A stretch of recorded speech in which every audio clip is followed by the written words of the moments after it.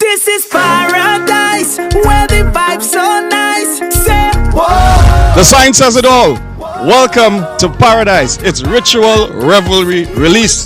Tobago Carnival right here in October. We're in the capital of the island, which is Scarborough, and the stage is almost set for the final day of a weekend of events that was just absolutely spectacular. From the Panis Powder to the Juve to the Mother's Life, and then Midnight Mass in Roxborough. There were so many other activities outside of these events, but today we're going to have the final day, the parade of the bands, the big stage for the Tobago Carnival. Yo, it's yours truly, Sherwin Winchester. Nothing sweeter than to be Cognac. And you're tuned into Let's Talk Tobago.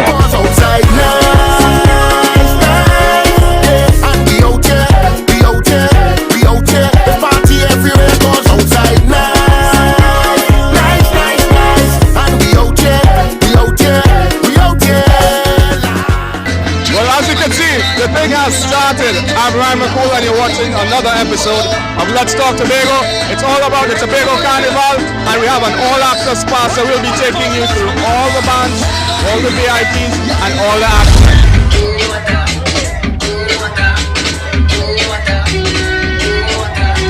Where are you from? Trinidad is where I live, but I'm originally from the States. Yeah? And how you been enjoying the Tobago Carnival so far? Loving it! Tobago, well done! We're so proud to support our sister island! So we'll see you next year? Absolutely, we be here! And who and you attended the carnival this year? Who did you bring with you? Where's your crew? Where's your crew? Who did you bring with you? My husband's there, and Helen, she lives here for 25 years. She's from England, so it's a small crew, but she knows a lot of people. Yeah? Yeah. All right, so stay safe. We hope you enjoy. Definitely. All right, thank you! We're here with the tribe, the Sioux tribe. Yeah. Tell me, what character is it? Chief Satan Bull. And this is who? Trinidad! Massive! Authentic or Indian! Weedside! So, how you guys enjoying the Tobago Carnival experience so far? How you been enjoying the Tobago Carnival experience so far? Real good. Real good. And we want more. Every day is enough events. Too much events. We can't live it out. And we is authentic Apache. Different body rest are Apaches. So we come to bring authentic. My work. We come to bring this to Tobago, and we want to show Tobago we are more authentic Indian. Whoa, Apache! We scalping! Yeah! So tell us where you're from. Where you guys from? Arima! Trinidad Arima. What other events have you all been attending so far for the Tobago Carnival? Events? We've been in almost all. We love it. We love it. We want more. We want more. Yes. Yeah, for sure. And we have a birthday today. How you doing, darling? Fantastic! First of all, happy birthday for you. This is a wonderful way to celebrate your birthday. Yes, it is. And I haven't played math since I was in third form, so wow. Wow. Well, we wouldn't calculate that. We wouldn't. No, don't. How you find the Tobago Carnival experience has been going so far? For the first time, magnificent. I mean, minor errors, but I mean, it's the first time I am enjoying the experience. I played Juve as well, and it's marvelous, magnificent. What about the volume of people for Juve here? Sorry? The volume of people for Juve. I've never seen that amount of people in Tobago. Yeah, seriously, because it's Tobago Juve on its own, we anticipated an extreme amount of persons would have visited, right? But I don't think we anticipated what we got. I think we were blown away. Yeah, it was amazing. Yeah. We definitely know you're going to enjoy the birthday. So just tell us, if you had to describe Tobago Carnival in one word, how would you say it? Fantastic. And the first crew is just exiting the stage. We have the whole route to go. We're going all the way from Shore Park, going down into Wilson Road, then back on the highway, back down to Lambo, and then back to Shore Park again. It's definitely not one for the swiftest, but one for stamina. And the beauties on the road today. A lot of beautiful masqueraders. I have one on the side of me. Just tell us your name, where you're from. My name is Kathy and Paul, all the way from Miami, Florida. Oh, welcome. So how did you travel so far to come for Tobago's Carnival? Well, to tell the honest truth, I have never played mass yet. After leaving Trinidad almost 35 years and decided to come and do it here. So, It's just absolutely great. Love Tobago, and I will do it again. so let me get this right. This is your carnival debut, your masquerade debut? First time ever in my whole life. And how would you describe it? What would you say in one word? One word, fantastic. I'm hearing that word a lot today. The word for Tobago's carnival is fantastic. Oh, fantastic. Fantastic, that's the word. Yes. So yes. what else you have planned? What have you been doing so far while you've been here for the weekend? Well, I had played Juve, and I went to all the events and stuff like that. I was just loving it, and I will do it all over again. So people coming down, let's just do the Tobago thing. It's great. I don't know the Trinidad experience, but this is really great. Yeah. And what band you represent? What band you playing with today? Fuck Angel.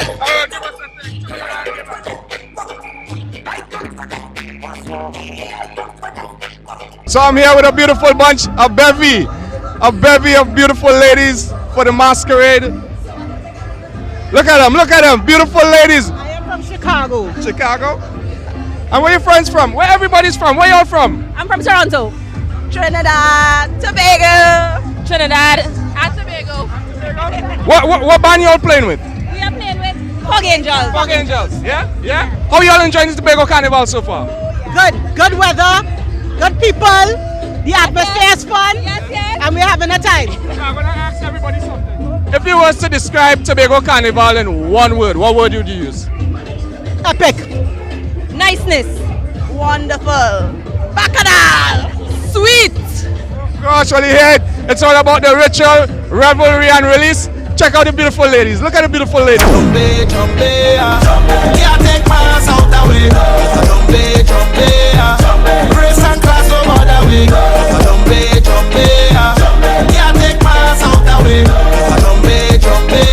When the spirit free, it's going to be hot sun from.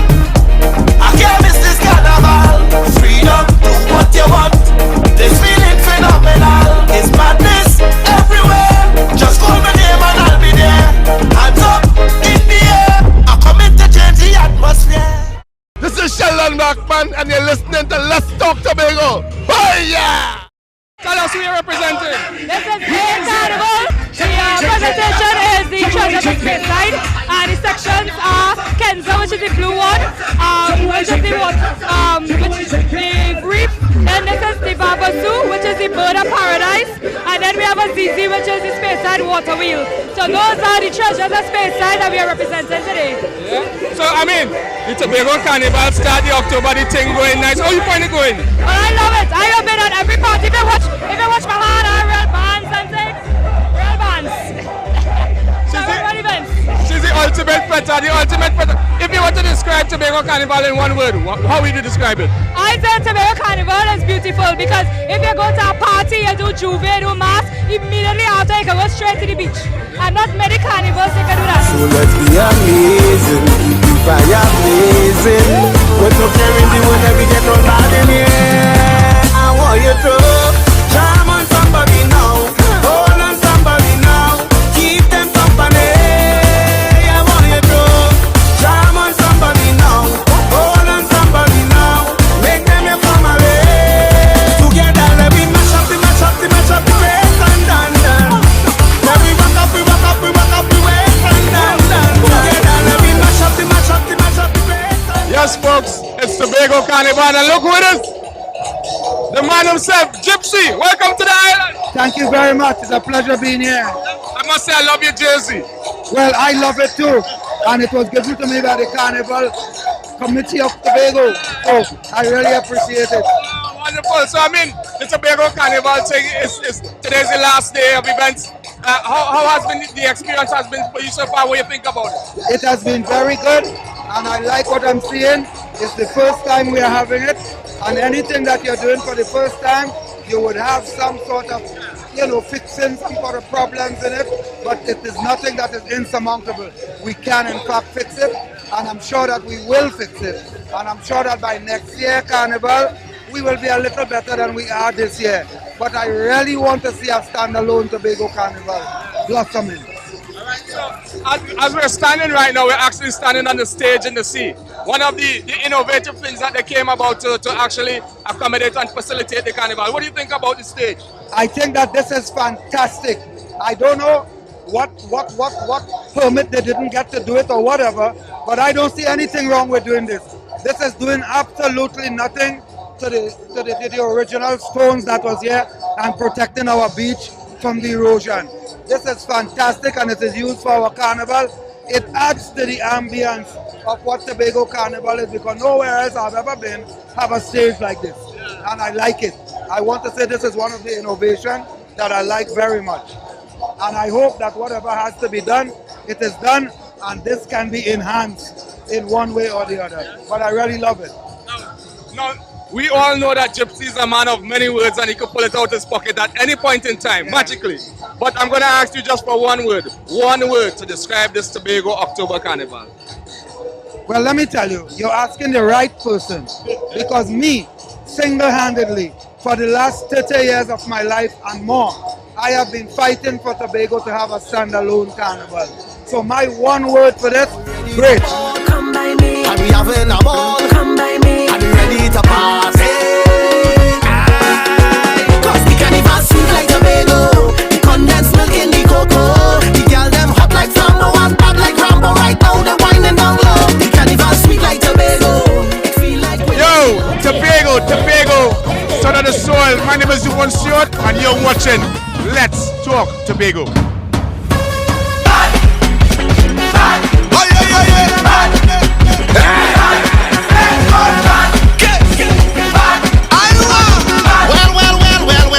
When I went to Panorama, the stage was good. I come back for the Maastra, the stage was good. Even for Kiddies Carnival, the stage was nice. A paradise. It was a paradise. But when I come back on Carnival Day, When you see that, you know it's Tobago Carnival. With me, I have the president of Panchin Bago, Mrs. Beverly Ramsey. How are you doing? I am excited. It's an ecstatic moment for us here in Tobago. Yeah, definitely. It's a movie. I've been saying it. Everybody's been saying it's so fantastic. Yes, it is. It is. I am in full support of the Tobago Carnival because festivals are impactful socially and financially. So when you say Tobago Carnival, Panchin Bago is behind it 100%. Yeah. Well, it all kicked off with the pan and powder on Friday. How was that for you? That too was a movie. Listen, it was great. And that provides an opportunity for the resurgence of community steel bands here in Tobago. And I want to commend the Tobago region, Salisha James and her team for putting on an excellent production. I am here today and I can tell you, I'm just releasing from the stress, getting ready to get into the mother of all carnivals next year in Trinidad and Tobago. Yeah, the long marathon is upon us, right. especially for the pan bands. Yes, definitely. As you know, we say in NCC that we start the carnival and we end the carnival, which is the alpha and the omega. That's right. That's right. So you heard it right there from the president of Panchin Bago. Oh, what he said to the Tobago Carnival is a what? It's a movie? It's a movie unfolding before us at this moment. Look what's going on. I have never seen no massive type costumes in Tobago before. Yeah, this is beautiful. Because we have our own space, then we can improve on our product, and that is really, really good for the island. And it also shows that you could do so much when you unite. That's right, it shows so much. Trinidad and Tobago is one. Trinidad is our closest tourism market, and they are here in their numbers, and we want to thank Trinidad for the support that they are giving to Tobago Carnival. We are one, Trinidad and Tobago. Hey, if you didn't know, Tobago is full of legends. We have birthed so many legends, and I have one of them on the side of me, my big brother, Mr. Devon Stewart, the greatest composer, pan arranger in the entire world, the history. Oh my gosh, if I start to give you all the accolades on this man, we wouldn't have enough time in this half an hour. Mr. Hey, man, welcome to the, welcome back home. Bless it. It's a pleasure to be back home. You know the old people say, never ever dam the bridge you cross to where you reach, and coming back home to see this epic event unfold to be what I am so proud to see.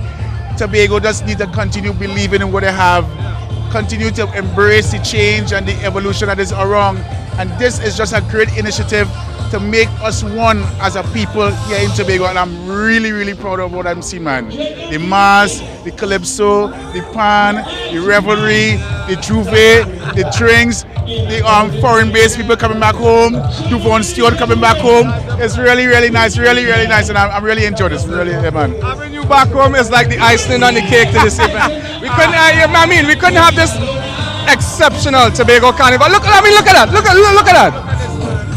Yo, this is epic. Tobago 2023. Don't forget the place to be right here. Somebody now.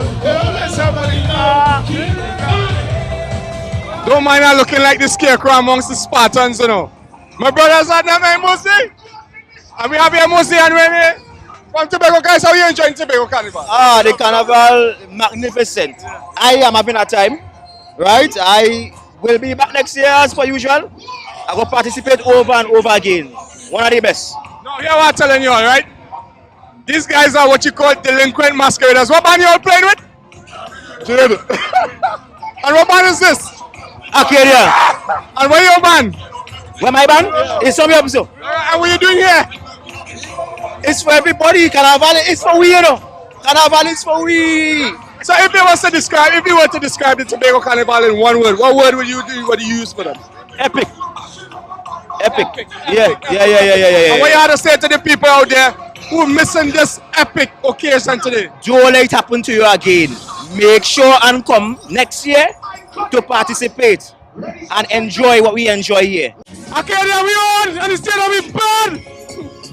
Tobago Carnival, nice!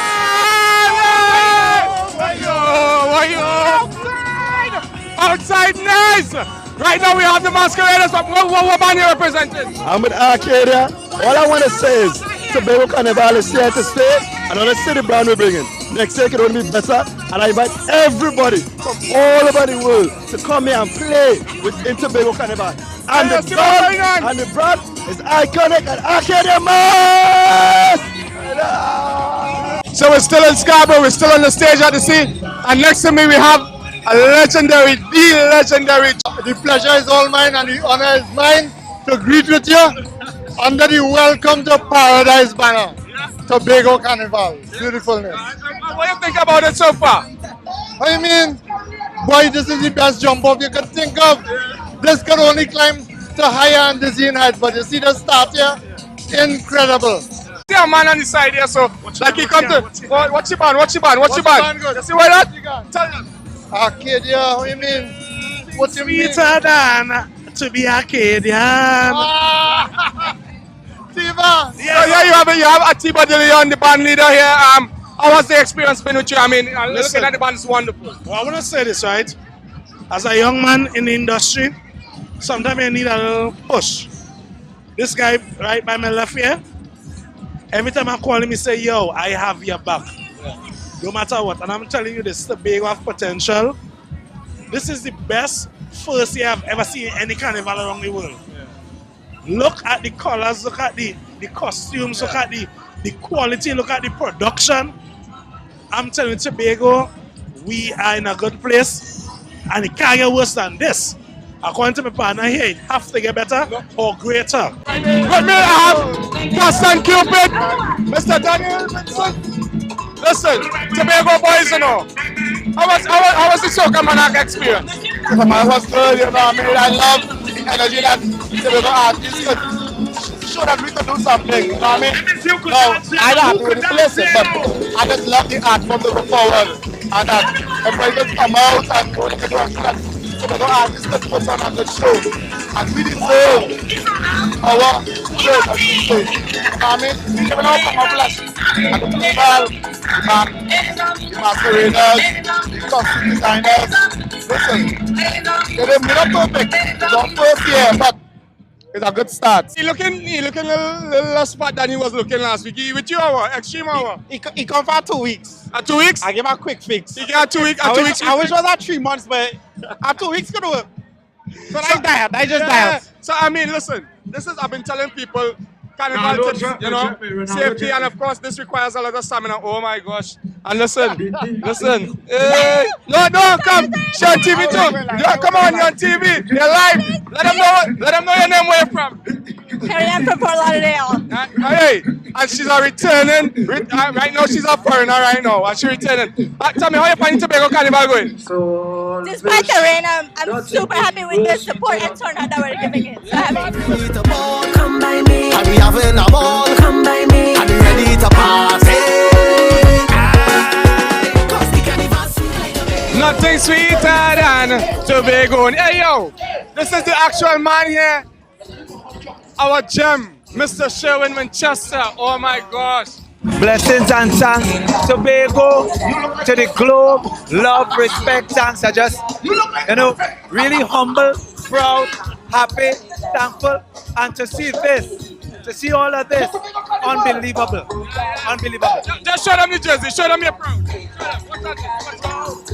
Tobagonian, proud Tobagonian. I mean, listen. Tobagonian is like masterly. It really is the perfect song for this season. I mean, the whole creation behind it, and now to see our Tobago Carnival just being an epic movie. I mean, how do you feel about it, now that you've been carrying the flag for so long? Honestly, I believe that the flag is carried by every person, every masquerader, every truck driver, every person, everyone doing an interview, the spectators, the land itself resonating with a pride and a joy. And to see this dream become a reality, look at that backdrop.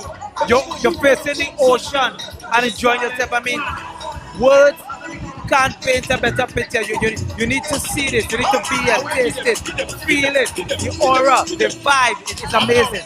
Yes, amazing. This is history. This is priceless. This is God bless. This is something that pulls out and tugs at the heart from Papa Nelson, Auntie Rose, you understand? Shadow. So many icons before us had an idea and a dream, and to see we're living it now. And I'm seeing Tobago having its own day. I wish you could experience this, but if you can't, please listen to the song Tobagonian and understand every year from now, she's calling you. She's calling you and saying, come, rediscover her. If you've never been here, come discover her. And remember, this is paradise. We really want to thank you especially for that iconic song, for setting the tone for the Tobago Carnival. We really appreciate everybody singing it, and trust me, you know, as the people say, anything sweeter than Tobago spoiled. It's spoiled. So Sherwin Winchester, ladies and gentlemen, it's Tobago Carnival 2022. Peace and love. And there you have it. Tobago Carnival has been an absolute movie. No exaggeration. It's been described as being fantastic, and absolutely epic. It's been ritual, revelry, and release to the highest degree. Some say it's the start, some say it's the beginning, but it's up to you to decide whether it's the start or the beginning of the carnival season. But I can tell you this definitely, it has been a tremendous success. The bands have been wonderful, beautiful, the whole entire weekend, from the Panis Powder to the Juve to the Mother's Life and the Midnight Mass Roxborough, even to today, the climax, the parade of the bands, it's been absolutely amazing.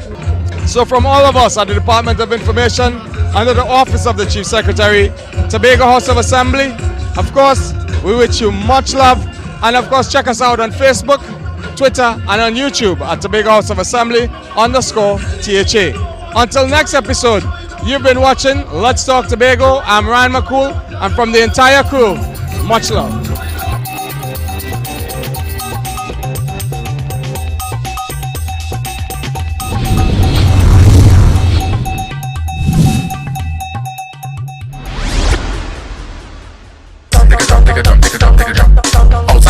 Tobago's October Carnival brought thousands of people to the island. That meant a boost for many businesses, particularly those in the tourism sector. I had a chat with Mrs. Caroline Birchwood James, owner of Cano Bay Beach Resort. She's also the Vice President of the Tobago Hotel and Tourism Association, an organization that consists of over 150 enterprises. I also spoke with Kate Trotman, co-owner of Native Abode and president of the Tobago Unique Bed and Breakfast and Self-Catering Association. That association has just over 50 members. They gave me a preliminary report into how their membership fared during Tobago's inaugural Solo Carnival. Can you tell us what about the occupancy rates for your resort over this Tobago Carnival season? Well, greetings, and as you can see, I'm smiling. We were 100% occupancy, and that is the week before the carnival. So we would say it was a success, and we are smiling. We can pay some of our bills.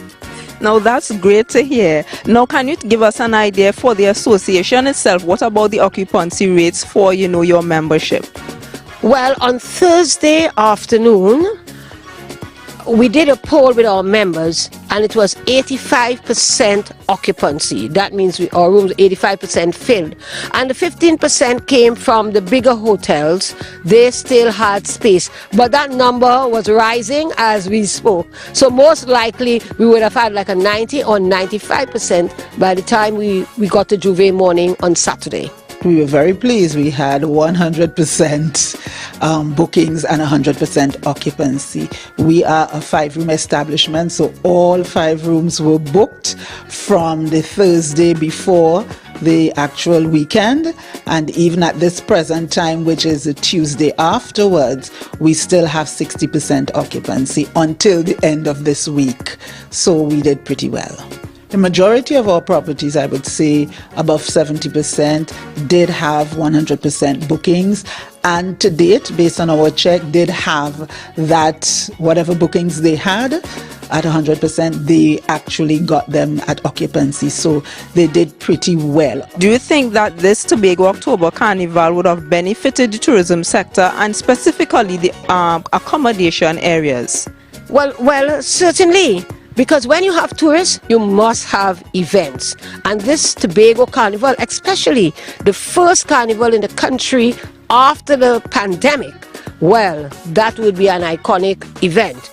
And yes, it benefited our accommodation sector especially, and our restaurateurs and our vendors as well, our food vendors and so on. It's not just benefiting those directly, but it's benefiting a lot of the spin-off or supporting sectors that feed into tourism, whether it's agriculture, it's your fishing, because we need to provide meals, your grocery stores, mini marts, and the fact that this more than anything else proves that tourism is not just the accommodation sector alone. Actually, tourism is a bedrock for the entire Tobago economy. You think that we should have this Tobago October Carnival as an annual event? Yes. This is about 10 years in the making, There was a committee before talking about the Tobago Carnival, and we did a report. So yes, this must be an annual event, and it must be in October. We have already looked at the calendar of events for Carnival, and we are touting that this is the last Carnival for the year, and it's going to happen in Tobago. You cannot have all your events in the dry season alone. Tourists are here all year round. People want activities all year round. Hotels want their rooms filled all year round. We have the Blue Food in October. We have the Tobago Carnival in October, at the end of October. I would say well done, and let's keep that date. Well, the mere fact that we did have 100% occupancy in a time, October is normally a slow month for us, but the fact that we have a major event that brought a lot of persons to the island means that it's something we should seriously consider doing or making an annual event. You would have gotten people's reactions and so from the events that would have occurred. Tell us what you would have heard. Well, people enjoyed themselves. It was a resounding success. Most of what people said was that it was safe. No major incidents. And that is always a plus, especially when you're talking about tourism, you're talking about people and their safety. Most of all, people want to go to an event and they want to know that they are safe, and they want to feel safe. We also want to say thank you to Caribbean Airlines At the last minute, they did a good job and brought people to the island, as well as the Port Authority. They brought a lot of people, extra sailings and so on, and people were satisfied, and everybody had a good time.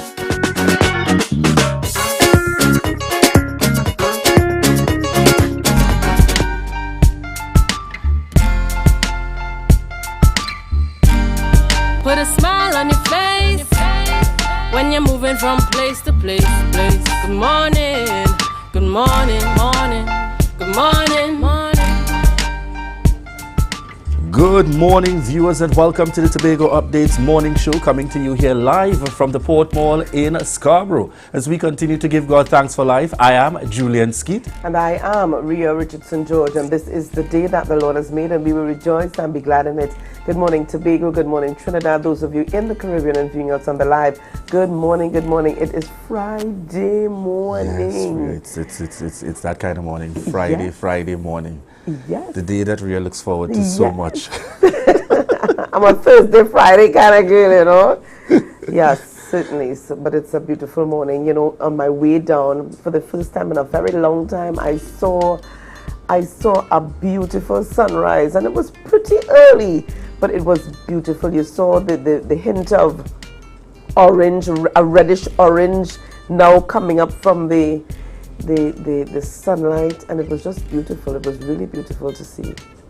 Ria, I want to take the opportunity to send out kudos to the Division of Food Security, Natural Resources, the Environment and Sustainable Development, Secretary Natisha Charles Pantin. Where did you go?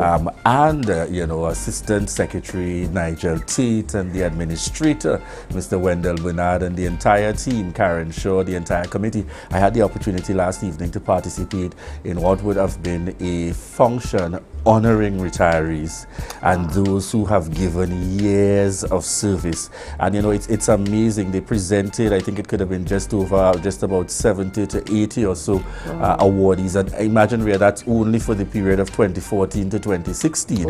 And commitments in terms of bringing this right up to the current period. But I felt it was a good opportunity in the context of showing appreciation. I saw our seniors, our young at heart, have a time last evening, courtesy the division, and just the sense of being happy to be recognized. Amazing at that in terms of the period. You saw persons with 8 years of service, 30 years of service. You saw persons with 45 years of service. And I'm saying to myself, wow, in this day and age, could we even survive in the same job for that long? Wow.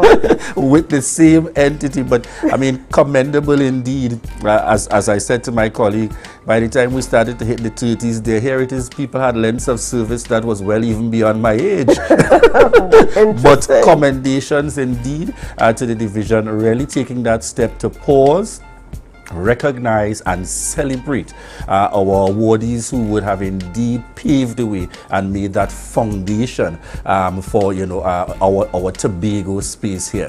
And I'm happy to hear that, and congratulations to all those retirees.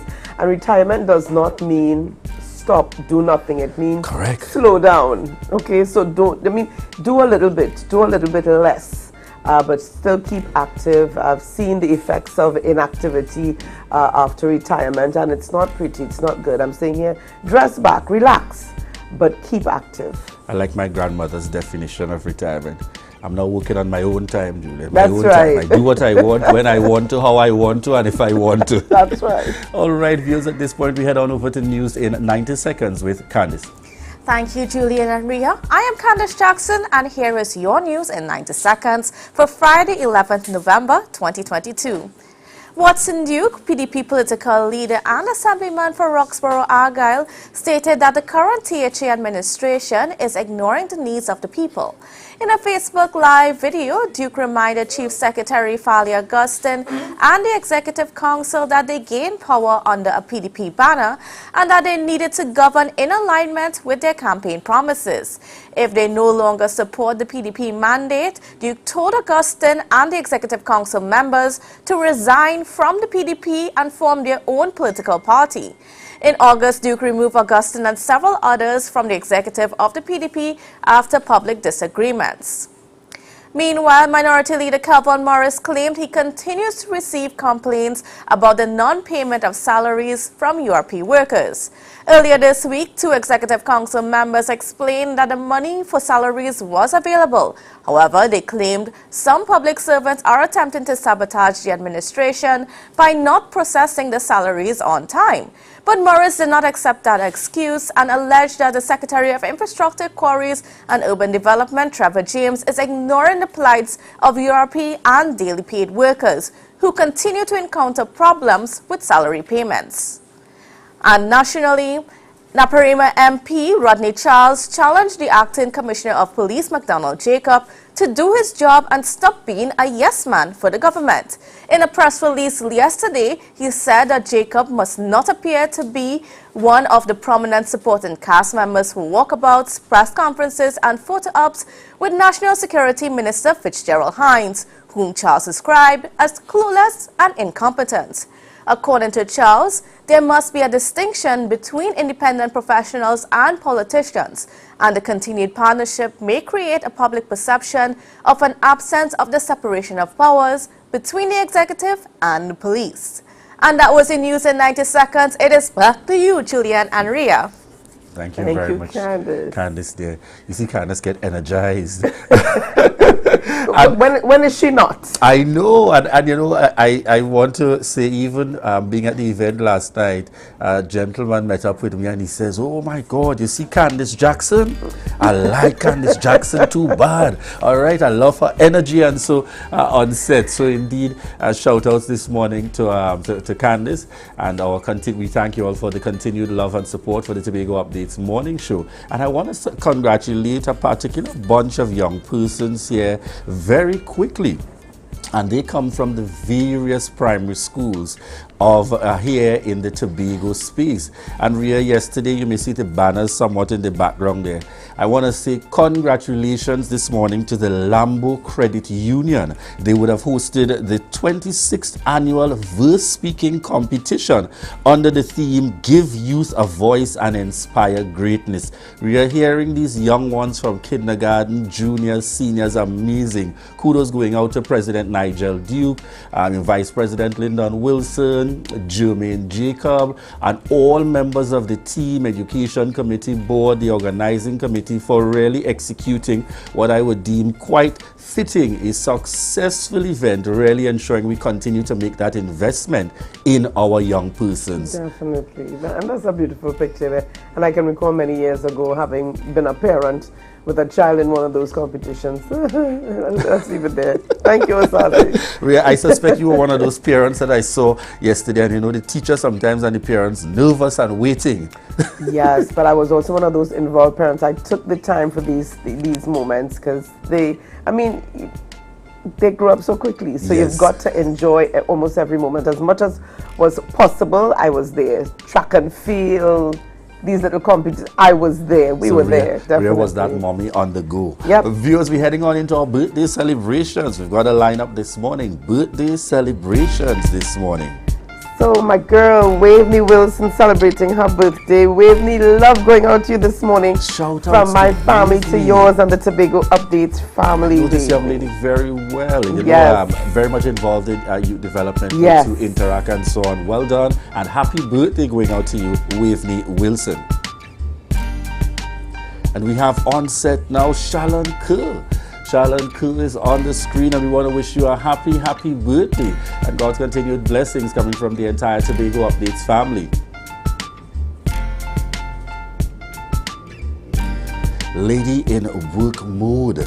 And you know, when you speak, we speak tourism, and we know Avian Hercules have been involved in the industry for a number of years, and today we want to take the time out to send birthday greetings, birthday shout outs to Avian Hercules, which was that you have an enjoyable celebration.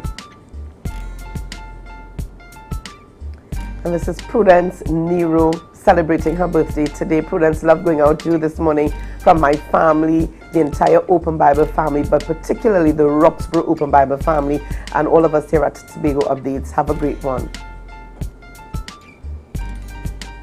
On screen with us is Cherise Nori. Cherise Nori, we want to wish you a happy birthday coming from the Tobago Updates family. Enjoy.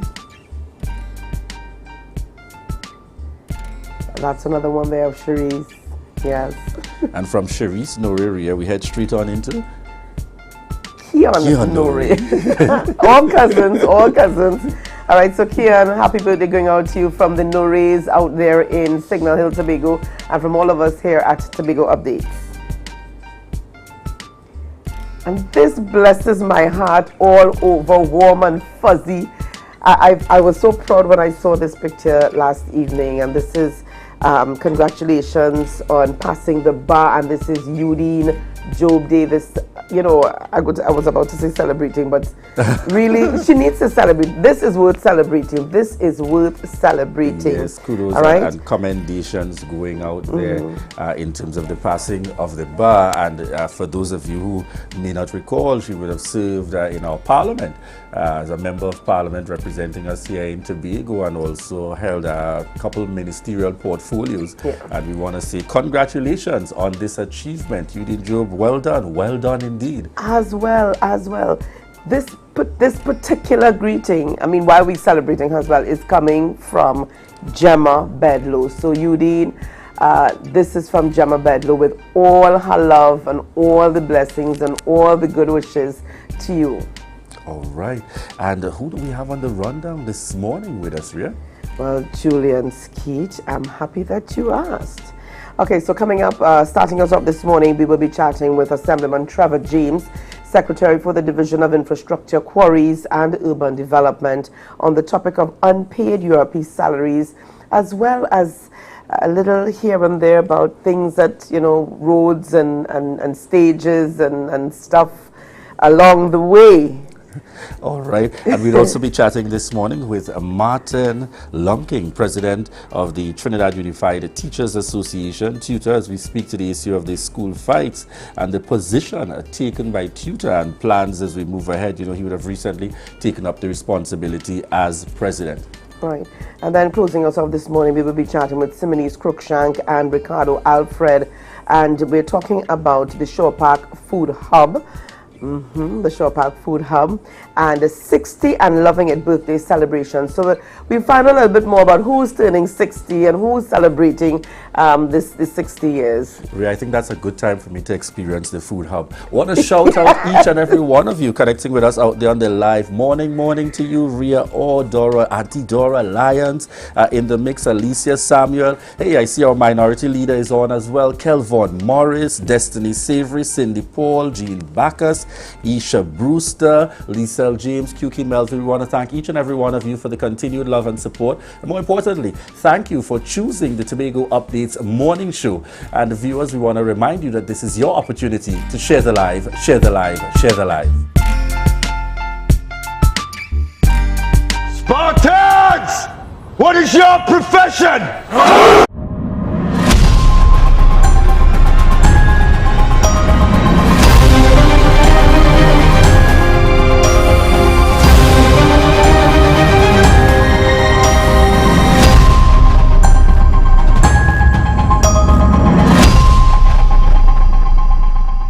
MI4 Security Services Company is the most advanced security service in Tobago. Ask about our cash and transit service. It's safe, risk-free, reliable, and timely.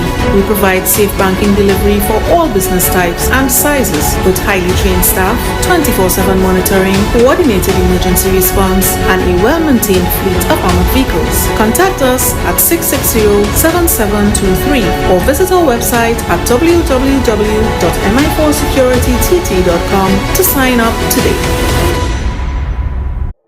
Was a while before Christmas, and all through the land, people was putting away house with very little money in hand. They was painting and cleaning and doing their chores, but I went to hunt for deals at American stores. Deals on living and dining room sets, on fridges and stoves, beds and cabinets, on washers and dryers, small appliances cheap, even TVs and stereos, prices just can't be beat. So let's Christmas together at American stores. After all, what they tell me, anything could be yours. Anything can be yours at American stores.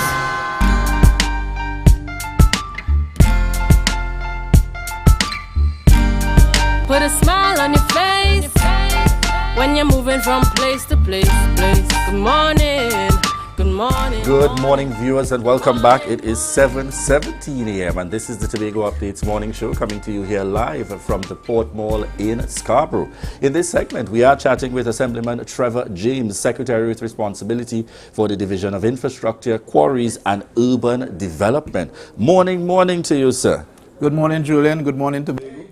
All right, and as we get the conversation started this morning, one of the areas that certainly just captured in our news item, speaking to the issue, and we have also heard it being raised by the minority in relation to concerns specific to URP salaries. I want you to give us a sense as to what's the status of that situation currently. Well, Julian, I've been advised by the accounting officer of the division that the salaries for those who are going to be paid through the banks will be available today, and those who are being paid through the credit unions and the unit trust will be available on Monday. Now, I want to say that the payment of processing of salaries and wages is not a new thing. The staff members under the guidance of the administrator have been doing this for forever, and late payment in the first quarter of a financial year is simply unacceptable, and to the staff and workers out there who have not been paid, I want to take responsibility and apologize for that, and to commit that I will do my best to ensure that that does not happen again. However, we have to understand that these processes are there in the division. Secretaries and cannot put themselves in the sequence of things to ensure that a staff member goes and collects the sheets and moves it from station to station. That's the responsibility of the supervisors and the administrator. And we have the chief secretary, as secretary for finance, has made the monies available. This is the first quarter. Monies are available. There are monies in the unspent balances. There are monies from the disbursements. And this is just unacceptable. This has nothing to do with politics. It has nothing to do with secretaries not taking responsibility. It is purely an administrative thing. And it's either we have competent administrators and staff members, or we have incompetent people. It can't be that you have a simple task to do, a task that you've been doing forever, and suddenly it can't be done. How do you respond to the concern raised that the increased salaries was something that appeared not to have been planned for financially, and questions by the minority even asking, is there a financial challenge or situation in the assembly that's accounting for what appears to be these late payments, because it is being said that while the increases were made, it is not that the THA may have sufficient funds to sustain. How do you respond to those concerns raised? Julian, for years, the THA has not been able to spend its recurrent expenditure. It's not a fact. It's not an opinion, that's a fact. The monies for salaries and wages were made available to the division's votes, and that is not something that anybody can question. This is not anything about monies not being available. This is simply administrators and staff members unable to pay people, whether it's willful or not, through a process that they have been executing forever. So the follow-up to that, or I would say the follow-on rather, would be, let's look at another issue for the moment, and that speaks specifically to what was bandied about coming into the carnival period, the stage in the sea.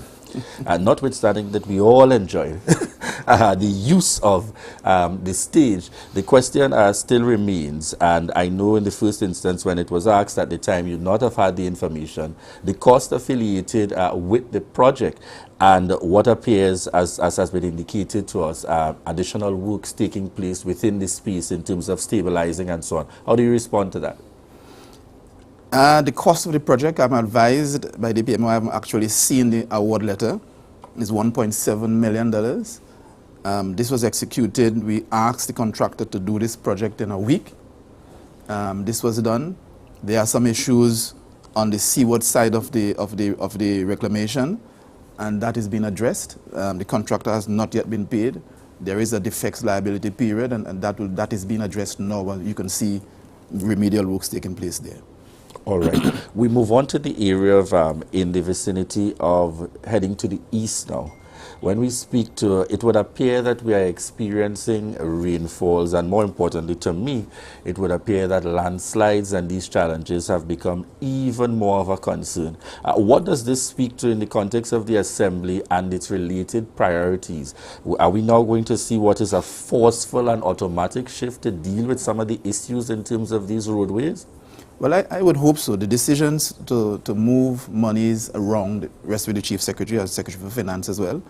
But I would hope that the Division of Infrastructure is granted a larger budget. I think now our budget for development is $71 million. There are challenges across the road infrastructure.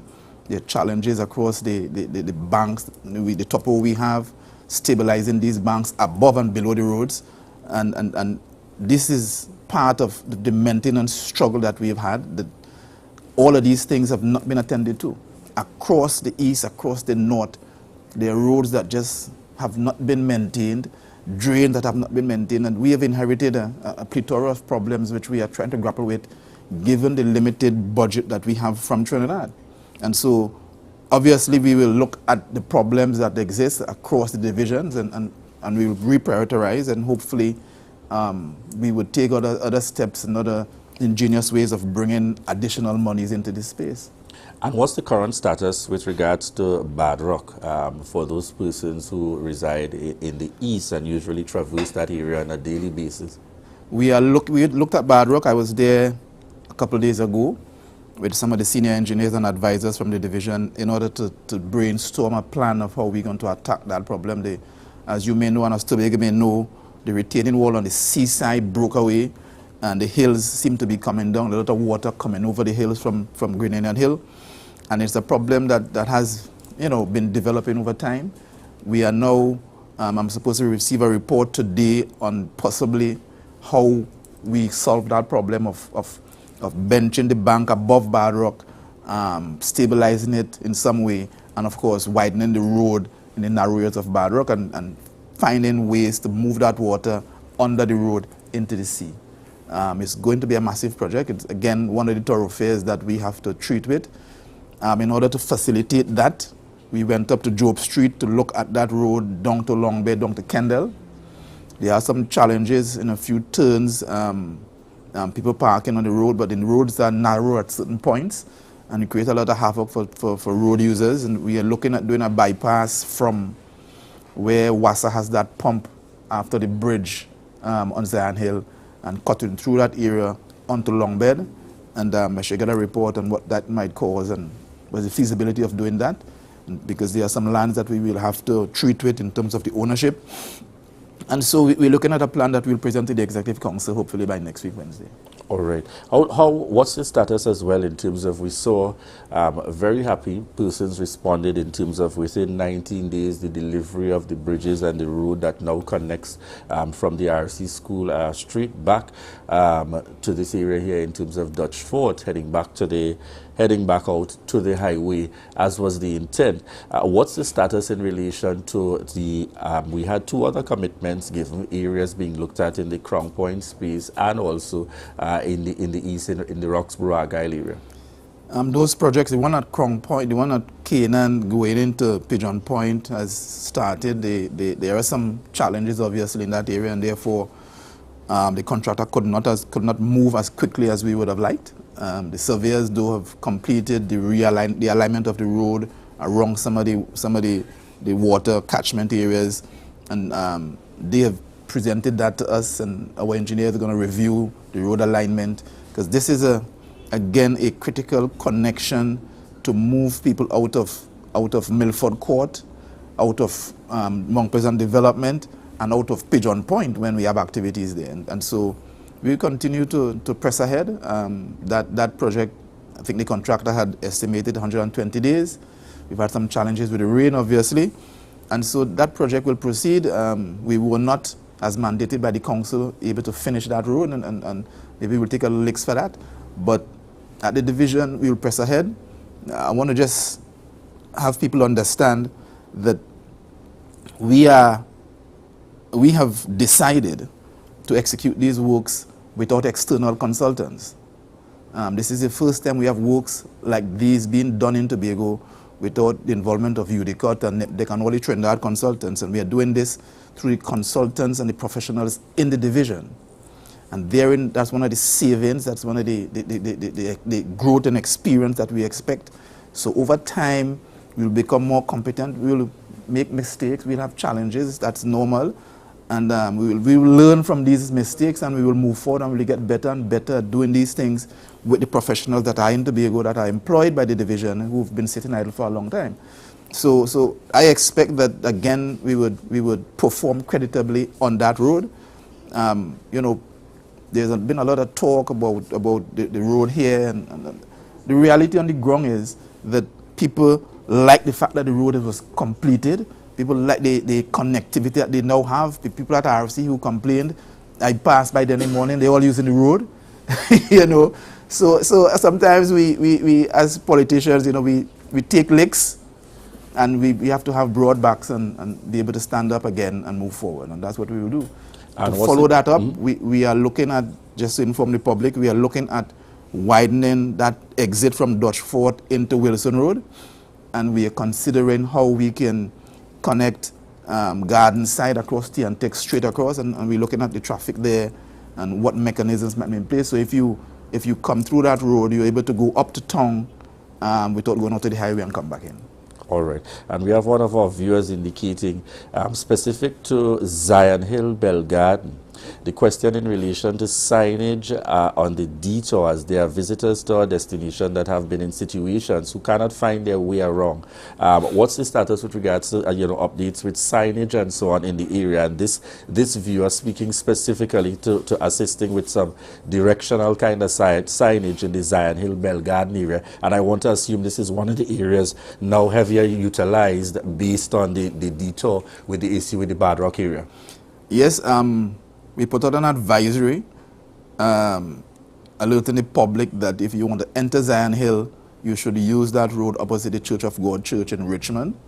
And if you want to exit, you exit Zion Hill coming down back to the main road. So that should create a kind of circular traffic and ease the two-way traffic up Zion Hill. There are there are detour signs, I believe, in place already. We need possibly to have some of our staff members there during the morning, during the peak period as well, to direct people into Job Street. There were some, I was there a couple of days ago, and I saw tourists going up there as well. So the signage seems to be in place. There is some management of the traffic that we need to have. We asked the police to do it, and they've put the barriers and stuff, but maybe they don't have the resources as well to station there, and we have to look at a way of having our staff in place at Bell Garden Zion Hill Junction and at Job Street Zion Hill Junction. Now, one of the areas spoken to very early in the lineup of the Progressive Democratic Patriots and the move specific in terms of taking office would have had to do with the Scarborough project. And every opportunity we have here on set, we have to seek to get some progress in terms of what's the status with regards to the Scarborough redevelopment initiative. Well, we, as you know, we've awarded the contract to the consultants. The report is due in the first quarter next year, first quarter, calendar quarter next year. However, we are in fact, we have received proposals from various persons who have indicated a willingness to finance, build, design, transfer this project back to the DHA. We are reviewing that. I've been instructed by the Chief Secretary to go out to tender for investment contractors across various areas of Tobago, and we are now preparing that note. We're preparing the RFP simultaneously as well, and we hope that from that exercise we'll receive a lot of interest, and out of that we'll be able to choose, assess various proposals that we receive to see how and which one we select to go forward. All right. But no doubt there's tremendous interest internationally. We are at the division and now doing a business plan for the whole of Scarborough in order to send to possible financiers to see the kind of feedback we get. And no doubt that project would kick off on the ground next year. So we're still looking forward to some moves that will happen within this first term in office.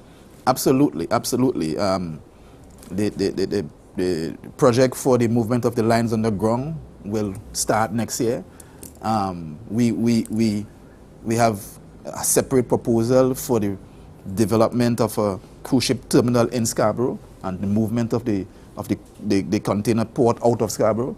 And those things we are looking at, you know, when you get into office, there are hard choices to make, but we are up to the task, and those choices will be made, and we'll present it to the people, and hopefully the people will buy into it, because at the end of the day, Julian, we have to develop a Tobago that stands on its own, that operates almost independently, and we are going to pursue that 100%. All right. And in terms of the Crown Point area, what's the progress with that initiative specific to the challenges there that would have occurred normally within the vicinity of that Cocoa Reef space? Well, that project is maybe 95% complete. I think we have now a temporary pump. We're waiting on a bigger horsepower pump to come in. So I had reports yesterday of the water not moving away as quickly as people expected.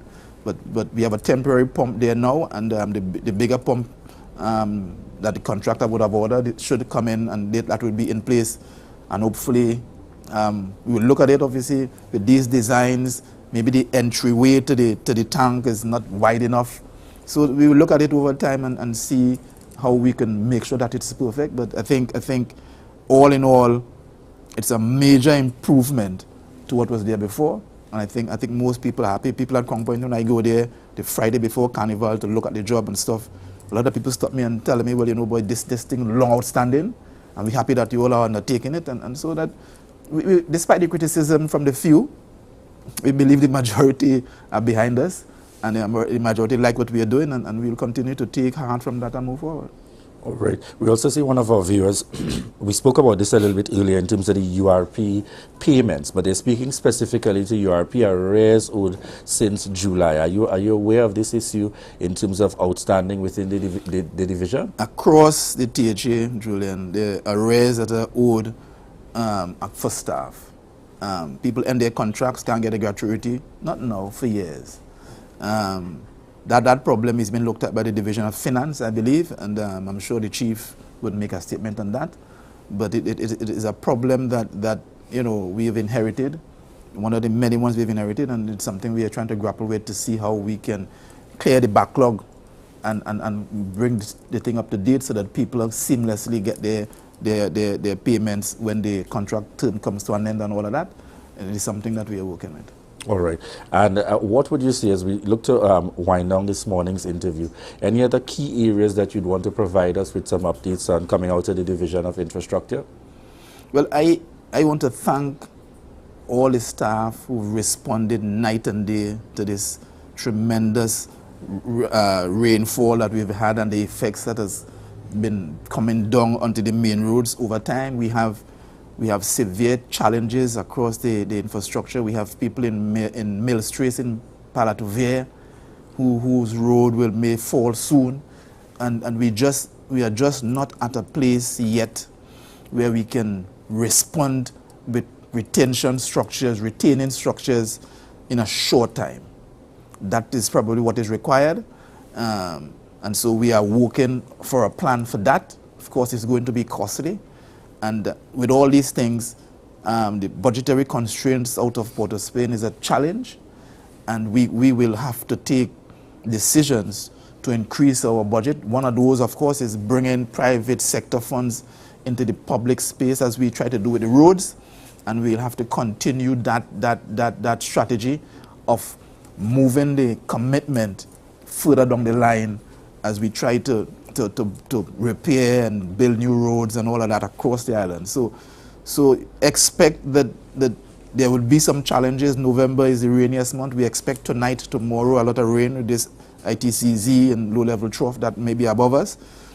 And we hold our hands, we pray and we wait for minimal damage. And as a division, as a THA, as an administration, we will respond and do the best that we can to support the people across the island. All right. And the final area, questions regarding the contractor associated with the Scarborough project, the initiative in terms of the stage in the sea. Mm-hmm.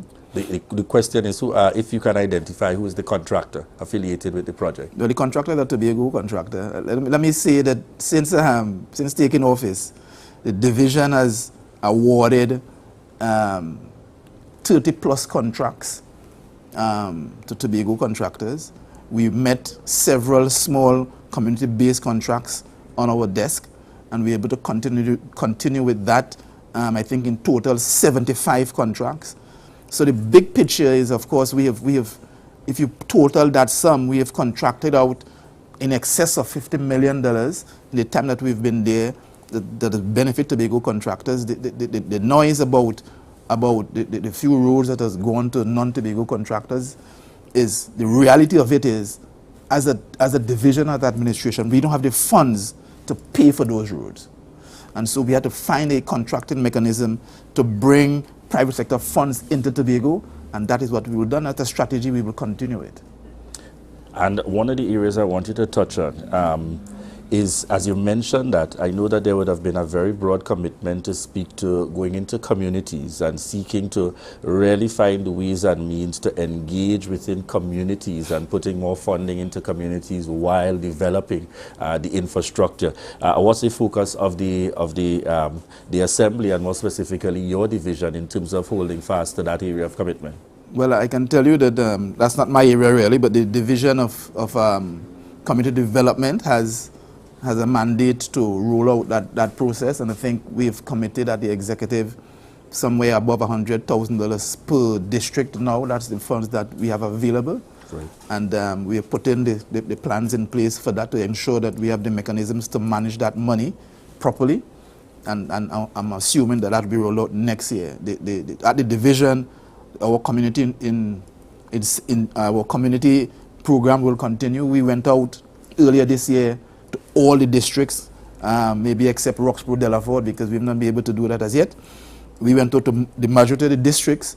We have identified several, I think, 160 projects, some of them big, some of them small, and that process of engaging small contractors, giving contractors a chance to get their feet wet, will continue, and no doubt, when the year turns over, another fleet of projects will go out under that program. So we'll see the follow-up to those community visits, because as I said broadly, I know that we would have seen the division out throughout Tobago, so the follow-up will transition. Absolutely.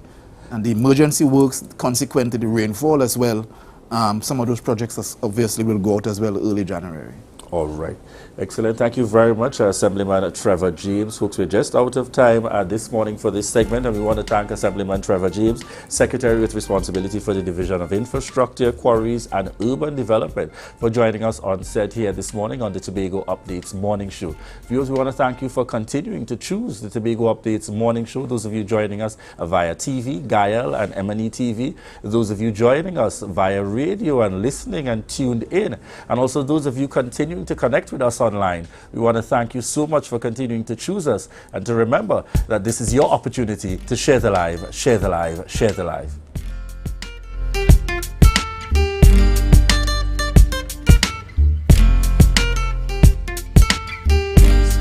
Is the affordable critical illness plan you need. Cover expenses up to $1 million. Tattoo Life. Guaranteed protection. Coconut's Cafe, the buffet restaurant that specializes in all your tasty local dishes for breakfast and for lunch. Breakfast includes coconut bake and sada roti, served with chokers, bull joil and sausages in tomato sauce. Not forgetting beef and cheese pies, shepherd's pie, macaroni pie and rice in various styles. Meat served in a variety of flavors, garden salads and pasta salads. All this accompanied by fruit juices, coconut water, your choice of a great combination to appease your taste buds. So call us today to order, as we are here to accommodate your busy schedules, or if you are having a cooking day off.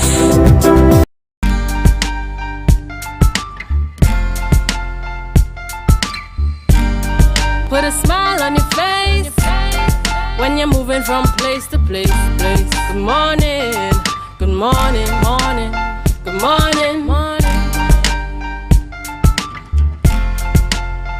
7:41 a.m. and welcome back to the Tobago Updates Morning Show, coming to you here live from the Port Mall in Scarborough. Good morning. It is 7:42 a.m. and welcome back to the Tobago Updates morning show, coming to you here live from the Port Mall in Scarborough. In this segment, we are chatting with Martin Lumpkin, president of Tutor. Morning to you. Good morning. Good morning. Thank you for having me this morning. Are you hearing me loud and clear? Yes, loud and clear. Let me begin this Thank morning you. by extending congratulations on your recent election to Thank the you very office much. of President of Tutor, and so definitely agreeing to appear and be here with us on the Tobago Updates morning show. Thank you very much. And I say good morning to Tobago and especially our educators in the beautiful island of Tobago. Good morning.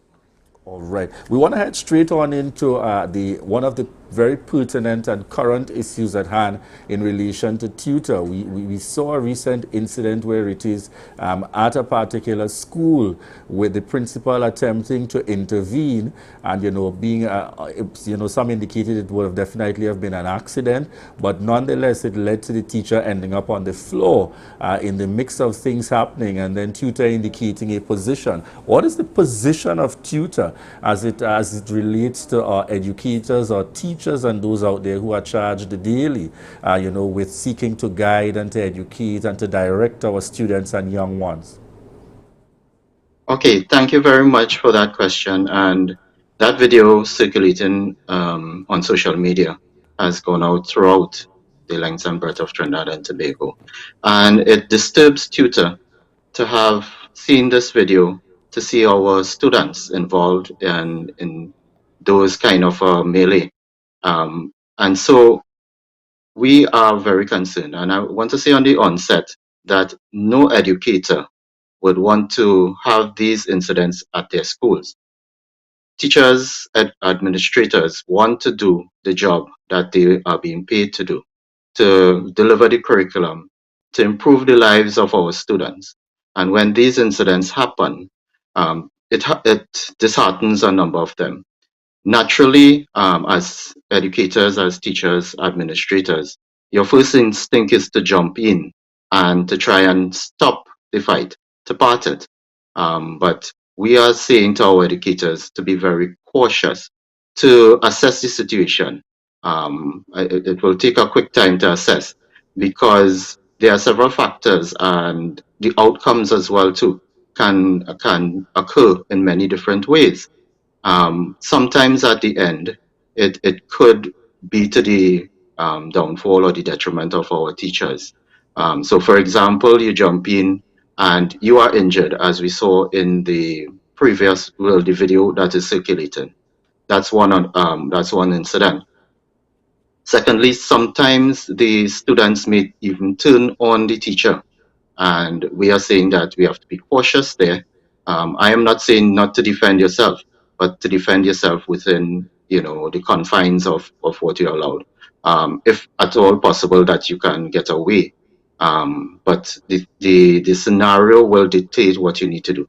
And I say as well too, teachers are not, the majority of teachers are not trained to handle these situations. And so they may find themselves in trouble. Students afterwards may say that the teacher assaulted them. And if it is a teacher of the opposite sex, there is the possibility, I want to be very clear, there is the possibility that the student can allege inappropriate touching. And so it could lead to a number of scenarios that we would want our teachers to avoid at this point in time. I want to say too that the division in this case, Ministry of Education in Trinidad and Tobago, by extension, need to provide the schools with the resources. So in secondary school, we have safety officers, we have security officers throughout, but generally they are there to protect the property. We are asking that they be allowed to also, provide some amount of safety as well to the occupants of the compound. And teachers need to also, and we're seeing it because of these videos. There are other students who are cheering on, and this encourages the fight. And if teachers are there, they should try and disperse the crowd and try not to have the situation escalated. or while I'm speaking about videos and phones and so, sometimes persons manipulate videos and they may just take the part or edit in the part where the teacher defending him or herself, or is, at the point in the fight where they would have, had some contact with the child, and they will now use that out there and see, you see, look, the teacher abusing the children, right? So we have to be very cautious, and that is the context to which I would have made that statement. So is it cautious, or we hearing definitely don't intervene? What I am saying is that you have to assess the situation. Now, I personally, if there are situations where I can intervene, I will. But generally, I would want our teachers to not intervene as far as possible. When there are weapons involved and teachers get involved, they can be injured as well too. So the intervention is not the physical intervention, but in getting the personnel involved who are so trained to do and who are there on the compound in the secondary school. Thank God we don't have it as much in the primary school, because the teachers there are more in control, and the factors are different as well too with primary school and secondary school. But generally we don't have it in the primary school, but in the secondary school, these fights are becoming more prevalent because of factors, outside factors, the influence on the students. So I am saying, don't intervene physically if you believe your safety will be at risk as well too. There are times if it escalates and the teachers have to protect themselves. Yes, protect yourself in the first instance. This is not your duty. Your duty is to impart the curriculum and to improve the lives of the students, both in the curriculum and the hidden curriculum. But this is not the job of the teacher. Okay. Or All right, education. Mr. Lumpkin, it's good to have you on the program with us this morning. There's also a video circulating on social media with a student shouting at a teacher at one of the secondary schools in Trinidad and Tobago. And I hear what you're saying here with regards to tutors' advice to teachers. What should teachers do? And I want you to be very clear and specific here, because we have a situation where students are no longer fighting to cause minor bodily harm.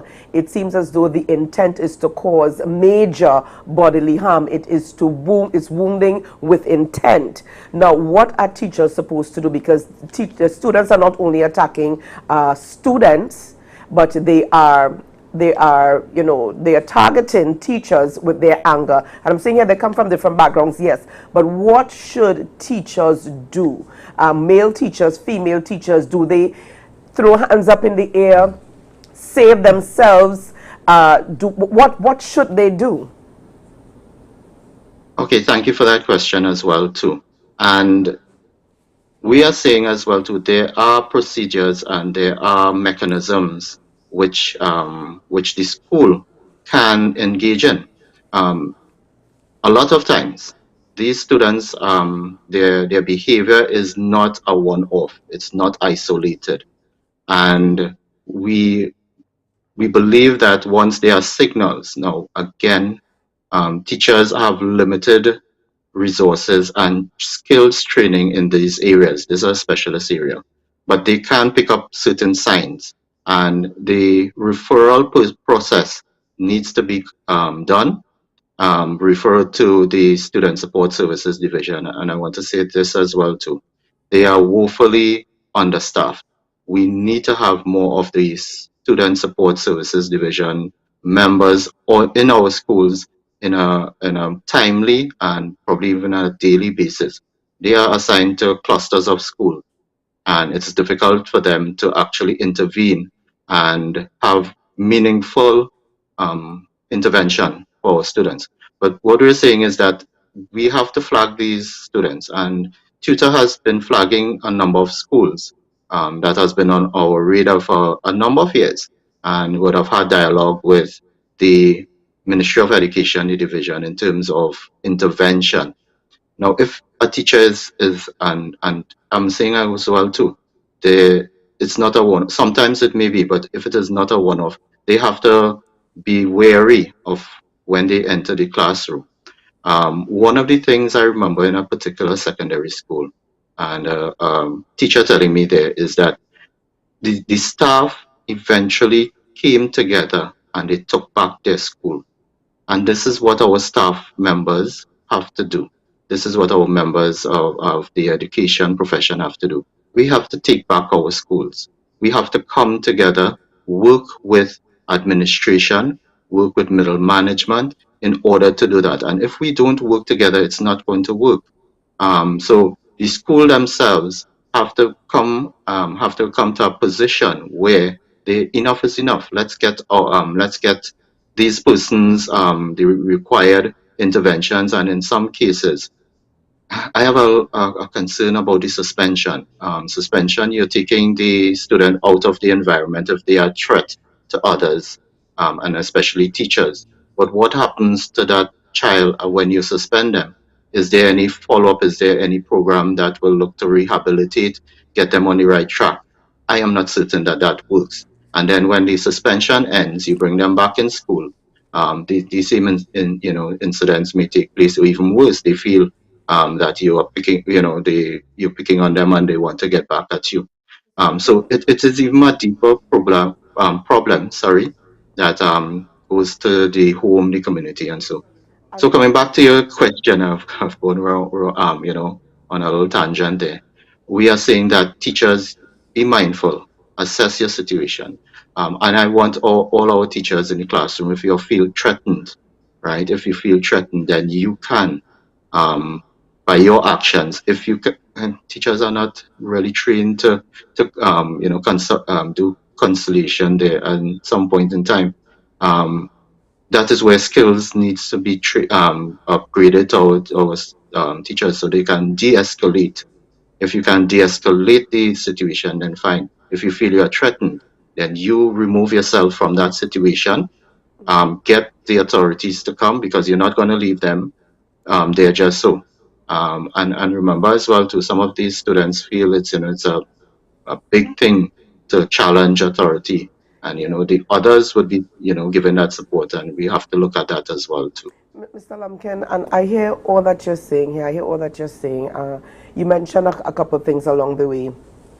You mentioned the student being suspended, that you have an issue with that, because what happens with the student? But what happens when the teacher has to take teaching time out of the day to treat with matters of indiscipline or fights or all of these issues? What happens to the 40 other students, the 30 other students who are in the classroom who are also denied teaching time, whose parents would have gotten up at 4 o'clock or 5 o'clock that morning to prepare them for the school day ahead, who cannot access the education that they go to school for, who have to leave maybe in Tobago West End to go to East End, or East End to go to West End, because the teaching time is occupied with the teacher treating with matters of indiscipline. What happens to these other students? You also mentioned here flagging, that tutor has flagged, or the ministry has flagged certain schools and certain students, because these may not have been a one-off infraction. Maybe it's happened before. But what happens when these students or these schools are flagged? What is the follow-up on it? Where is that happening? The Ministry of National Security had put in place, I think sometime earlier this year, the National School Discipline Matrix, indicating or citing 3 areas. One, the discipline matrix, the infractions, and the attendant consequences. Is that a rollout? Has that been put in place? There are just so many things happening, and I hear what you're saying, but at the end of the day, teachers, and I'm a little personal about it because I come from a teaching background, my relatives, but what do they do? It's not like 20 years ago when we didn't have these issues. Yes, they've got to come together. Yes, they've got to it has to be a combined effort, but at the end of the day, our students, our children are the ones that are suffering, and this has to be dealt with from the head, from a very stern, a very I don't want to say harsh, but the leadership has to be on board. The leadership has to be very strong. You cannot have a weak-willed principal or vice principal. You have to have somebody at the head who can treat with these issues and not sweep everything under the carpet or wait until the ministry decides to, or the division decides to put measures in place. You've got to take the bull by the horns. Staff members, male teachers, female teachers, the MTS, the security, the cleaner, the canteen attendant, everybody has to be on board. Yes, and so true. You've hit a number of issues there, but yes, at the end, these incidents do affect teaching and learning, and it's really unfair to the students who are willing to learn, who are there on a daily basis, and their parents, and must I say the teachers as well too, because they do a lot of preparation in order to deliver their curriculum. And when these incidents happen, as you rightfully say, it affects all. And yes, it has to do with leadership and the head. But might I say also, there are some times where the leaders are not willing to work with the staff members as well too. They take draconian measures which are counter to the improvement. And when the school themselves are starved of resources which can assist as well too, that hinders the process of building back. There needs to be much more support. There needs to be much more resources, not only from Ministry of Education. We talk about national security, and that's just one aspect in terms of safety. Are we really getting to the root of these incidents? Why are these students behaving in this way?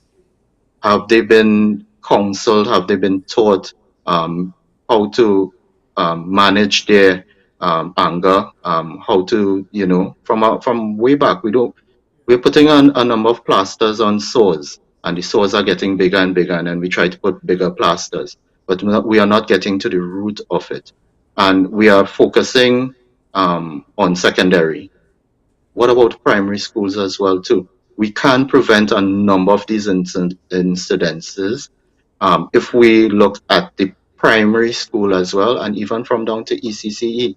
I am sure that teachers can flag, and there are processes, yes, as same referral and getting the intervention of student support services. These are laudable, but if the process is not being given the resources and given the assistance needed, we know of instances where teachers, administrators would have done the referral process, and because of the lack of personnel, sometimes the student goes through the entire school. You send referral again, and this is not only in terms of behavior, but when you look at special education as well too. And sometimes the student goes through without even getting the assistance of the external agencies.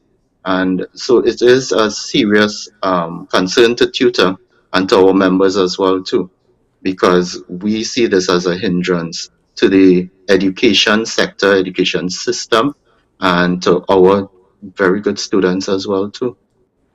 All right. As we look to wrap this morning's interview, you would have recently taken up office as president for Tutor, and there are a number of issues which you have spoken to, and even questions being asked in that regard. What would you say is at least one or your main focus area, just assuming office, given the many challenges that need to be resolved within, Tutor and your representation of teachers? I would say the safety, health and safety is a major concern to many of our teachers. There are a number of schools that are aging, are very old, and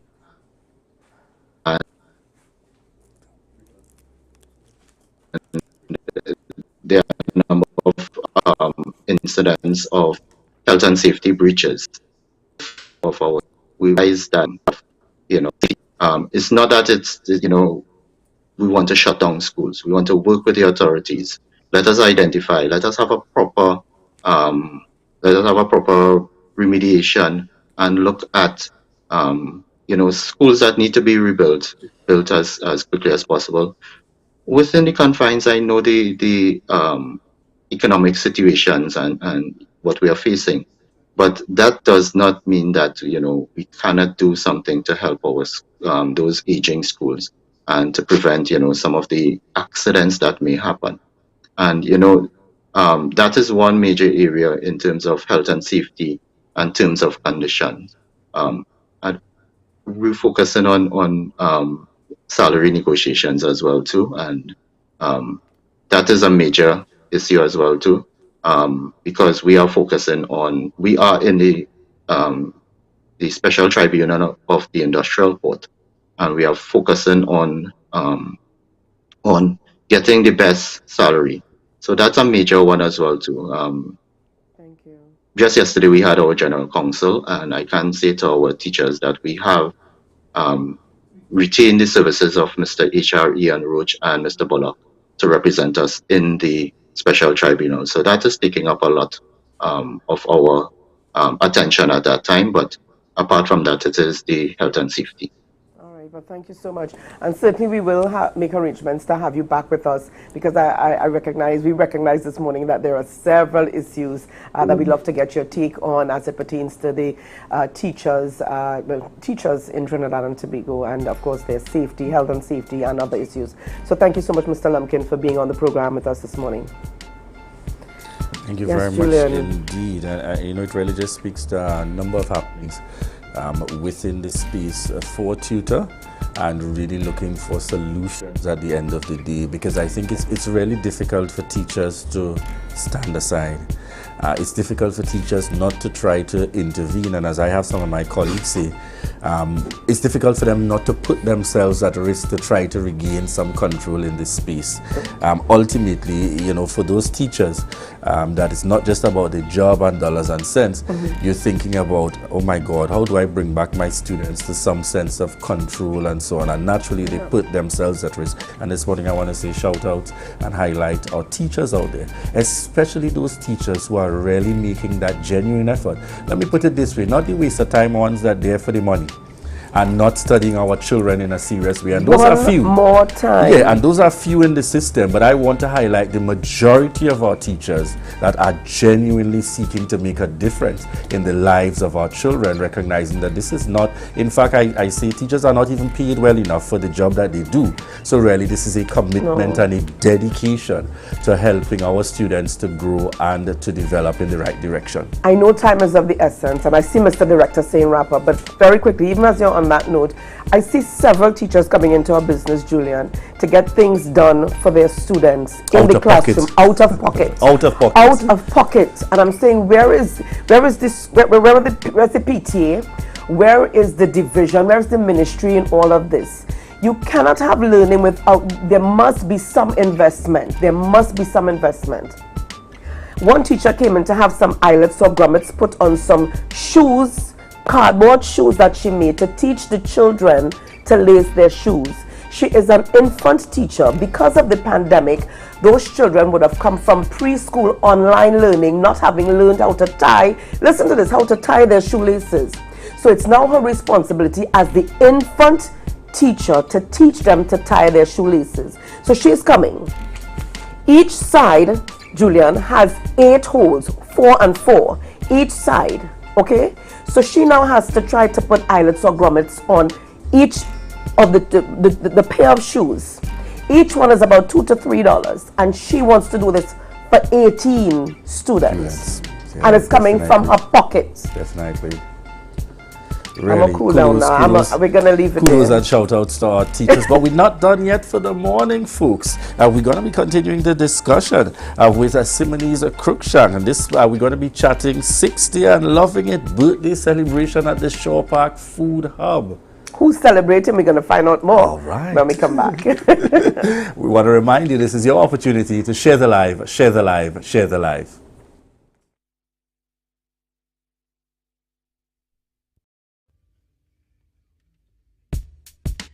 Welcome to Lamarche Buffet Day Spa and Wellness Center, your premier spa experience located at Bonaccord, Tobago.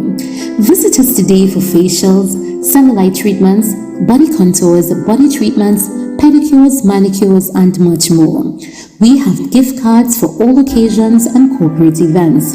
Connect with us on Facebook at Lamarge Parfait Day Spa or call us 273-7772.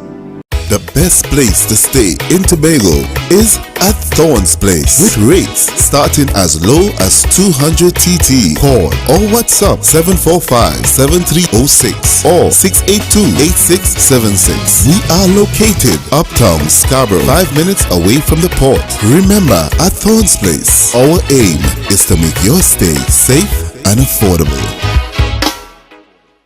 You can now get whatever you need whenever you need it anywhere in Tobago with Tobago. Your meals, medication, groceries, and shopping all delivered directly to you. No more hassle, no more stress. Get the Tobago app today on Google Play or Apple App Store. That's TAPPOGO and let us deliver to you. Check our website at www.tapogo.app or call the experts at 494-TOGO and 484-4746. Tobago. Relax. We will get it to you. Tobago's at your service. Put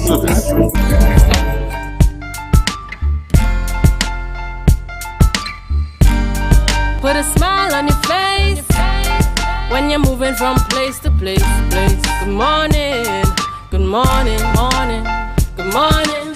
Viewers, welcome back this morning to the Tobago Updates Morning Show. We are chatting this morning about 60 and Loving It birthday celebrations and the Shore Park Food Hub. Now, who's celebrating a birthday? We're going to find out more from our guest this morning, Simonis Cruikshank, who is a member of the Event Organizing Committee, and Ricardo Alfred, who's joining us online. Ricardo is the chairman of the Tobago Agro-Business Development Company. Good morning and welcome to you folks. It's good to have you on the program with us this morning. Good morning and thank you for having us, Ria. All right, now we're going to start things. Good morning, Ricardo. We're going to start things this morning. Simonis, you can start off by telling us about what's happening, who's turning 60 and who's loving it. Over to you, Simonis. Well, someone very important in Tobago is turning 60. None other than Bishop, Pastor, to everything that you know him to be, Terrence Baines. All right. Yes, he's turning 60 and he has done so much throughout Tobago and the diaspora, spiritually and musically. And we, friends of his music ministry, has seen it fit to give back to him. So we want to do that in the form of a gospel concert. Right? And this gospel concert is poised to be something just fantastic, exciting, dynamic that is going to take place no other location than the Shore Park Food Hub. All right. Yes. So I want to believe this was his undertaking, his decision to have it at the food hub. But I'm loving the idea. So let's start a little bit here. Yeah. Ricardo, Alfred, what would it entail? Give us an idea. I've never heard of anyone having a birthday bash, a birthday celebration at the food hub. We understand is a recent setup. But you know the type of setting. Tell us how all of this is supposed to work.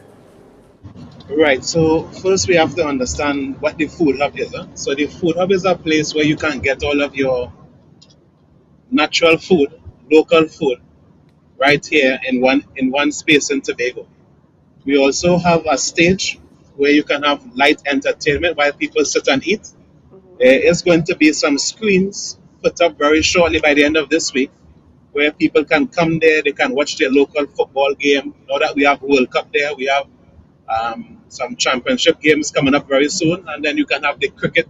So you can watch these different events while getting your dirt oven bread or all of your different goodies in one spot. So with the food hub, it's going to be a loop. When I say a loop, I mean, so you know that we are actually I'm heading to a meeting with the Poultry Association of Trinidad and Tobago to definitely change the poultry. Be careful while you're driving and chatting with us. Well, fortunately, we have the use of the technology, which is good.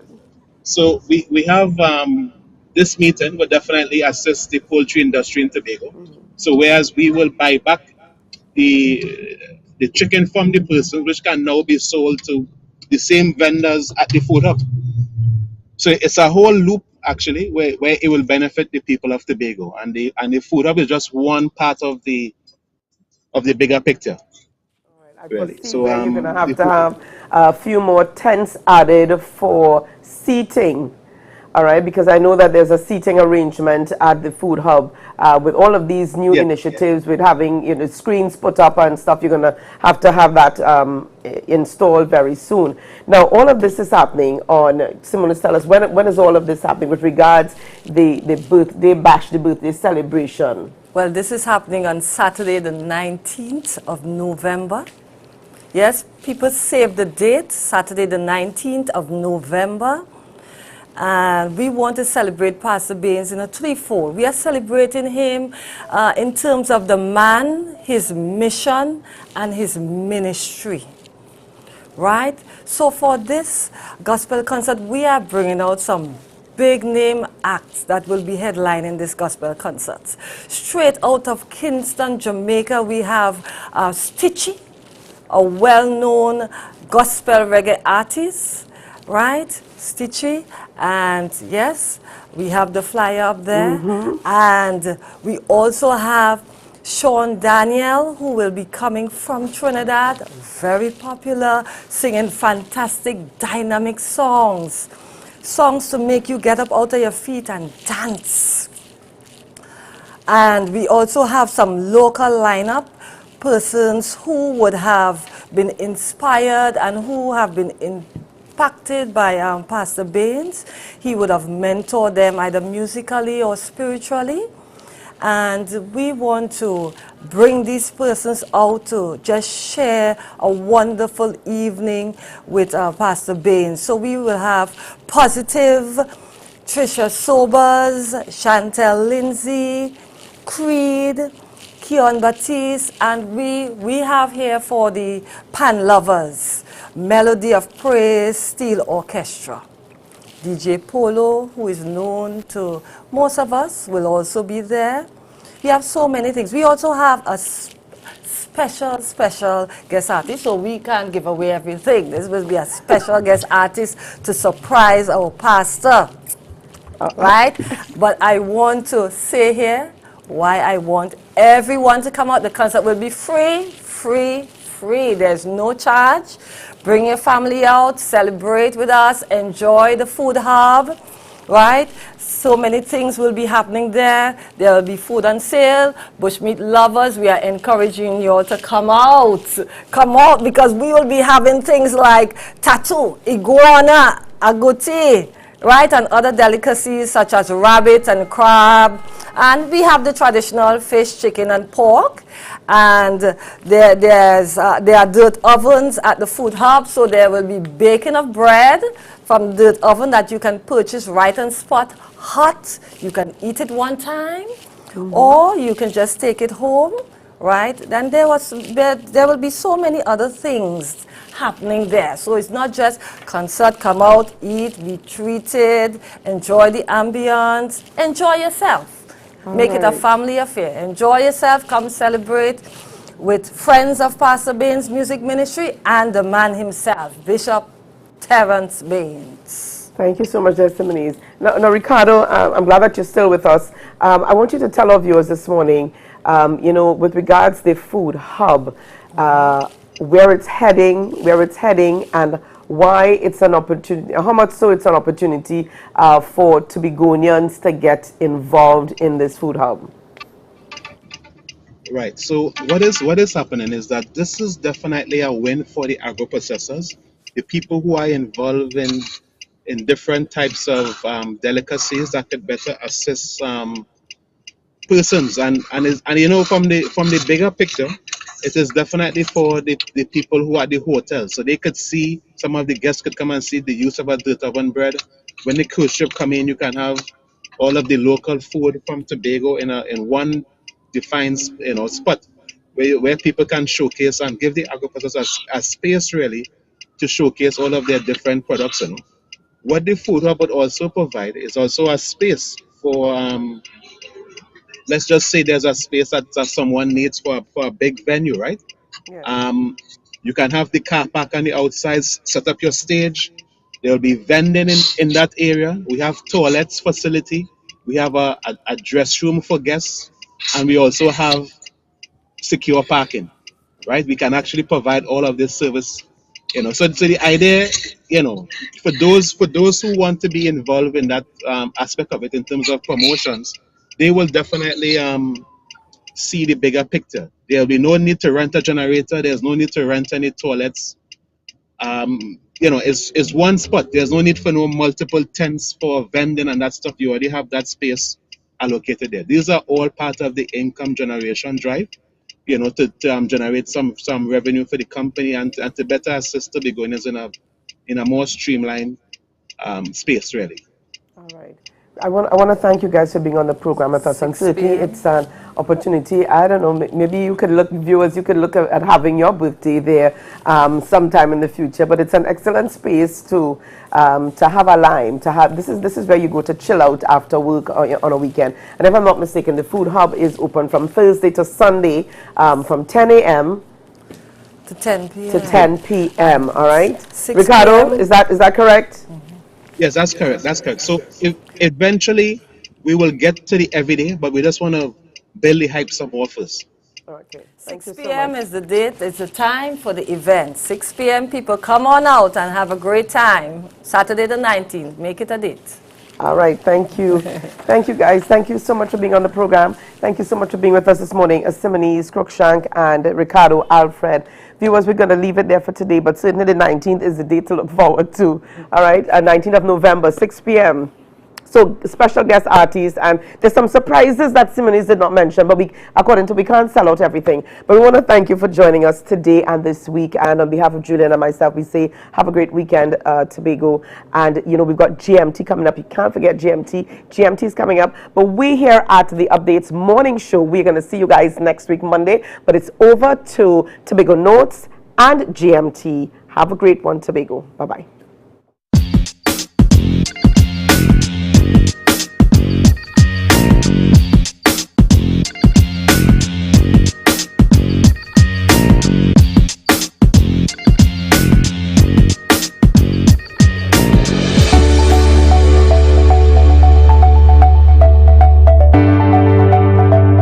When I heard about the TADCO initiative, I decided to take a chance and get into it. Well, I feel real privileged because I can tell you, if you're doing broilers, there's a lot of money up front you have to put out, right? To get the chickens and then the feed.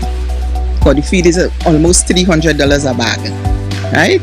So I feel very privileged to be part of this initiative. It will benefit in the sense that you have a ready market for the chickens you produce. You don't have to go out there searching for a market. It's a ready market. When you do it, they are receiving it from you. What we've decided to do is engage poultry contract farming on the island, similar to what is done in Trinidad. So TADCO has reached out to suppliers, major suppliers on the island of Trinidad, who are willing to support the growth and development of the poultry sector on the island.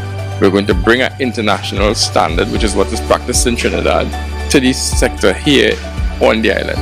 It would require us expending some funds, yes, but it would also develop entrepreneurship and allow for food security, as I indicated earlier, on the island in respect to the protein source for chicken, and more importantly, how we will be able to sustain ourselves going forward. We're going to structure it in a way that their profitability will be resulted in terms of their project expansion.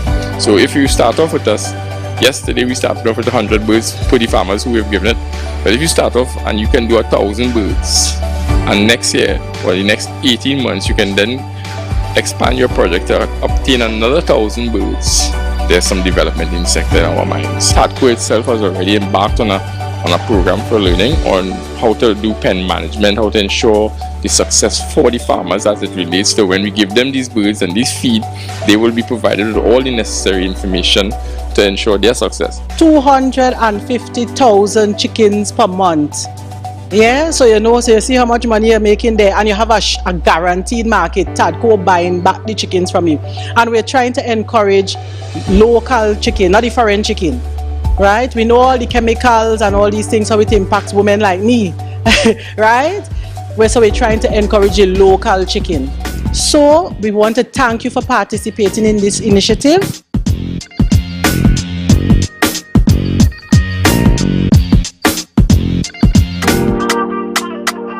Yeah. Hey. Tobago updates. Good morning, Tobago on Tobago Updates, your source for current affairs in Tobago, Trinidad, and the region, with the perfect conversations to complement your morning routine. I am Candace Jackson, and let's get started with the news in 90 seconds. Watson Duke, PDP political leader and assemblyman for Roxborough Argyle, stated that the current THA administration is ignoring the needs of the people. In a Facebook Live video, Duke reminded Chief Secretary Fali Augustine and the Executive Council that they gained power under a PDP banner and that they needed to govern in alignment with their campaign promises. If they no longer support the PDP mandate, Duke told Augustine and the Executive Council members to resign from the PDP and form their own political party. In August, Duke removed Augustine and several others from the executive of the PDP after public disagreements. Meanwhile, Minority Leader Calvin Morris claimed he continues to receive complaints about the non-payment of salaries from URP workers. Earlier this week, 2 Executive Council members explained that the money for salaries was available. However, he claimed that some public servants are attempting to sabotage the administration by not processing the salaries on time. But Morris did not accept that excuse and alleged that the Secretary of Infrastructure, Quarries and Urban Development, Trevor James, is ignoring the plights of URP and daily paid workers who continue to encounter problems with salary payments. And now nationally, Naparima MP Rodney Charles challenged the Acting Commissioner of Police, McDonald Jacob, to do his job and to stop being a yes man for the government. In a press release yesterday, he said that Jacob must not appear to be one of the prominent supporting cast members for walkabouts, press conferences and photo ops with the National Security Minister Fitzgerald Hines, whom Charles described as clueless and incompetent. According to Charles, there must be a distinction between independent professionals and politicians, and the continued partnership may create a public perception of an absence of the separation of powers between the executive and the police. And that was the news in 90 seconds. And viewers, we're still talking about Carnival. We're still, evaluating. There's a lot to evaluate about the Carnival. And of course, we welcome the many, many voices within our space to just, give us their perspective and how, most importantly, how we can make it better for 2023. So joining me on set is none other than Mr. Marvin Lewis. Good morning and welcome to you. Morning, I'm glad to be here at the Tobago Updates, and much strength to the station. I'm loving the vibe in the station, Great. So we just concluded Tobago Carnival, and I know your name was one of those names that was called up quite a lot when there was disagreement within the soca fraternity, the musical fraternity. So I want to get from you, what are your views on Carnival? I want to say morning to Tobago. Now I want to say much strength. I want to call some people. Now, my name is Marvin Lewis, one half of the brothers Nigel and Marvin, as many people know. I have a lot of experience being with bands, traveled. I am a Tobagonian. This is, was our very first carnival that passed. So I sat back and I listened to everyone who gave their opinions. So I want to call out some people. I want to say much strength to Sir Simba Lion for being the first voice and one of the first voices that came out and spoke. I want to shout out Sharon Phillips for one of the voices that came out and spoke. I want to shout out Kaylin Jamoy for one of the voices that spoke, Antonio Castro. Right? We have voices out there that were speaking about what was going on. Now it's our first carnival. I'm not here to bash. I want that things would be better for Tobagonians. This is, you know, a lot of people have been saying that, you know, and I listened to the panel discussion. Speak my interest. I say, Marvin, you have to go and, right, just smooth over the edges now, polish everything here now. So it's like this. I have visited many countries and have seen many different carnivals. And my first concern before the carnival, I saw a template being put out. And when I said template, with the experience that I have, I said, I hope that this is not what is going to be happening for carnival. And it's actually, that is what happened for carnival. Meaning, after 2 years of COVID, we had something, the goat race. The goat race is as Tobagonian as anything out there. That's very Tobagonian.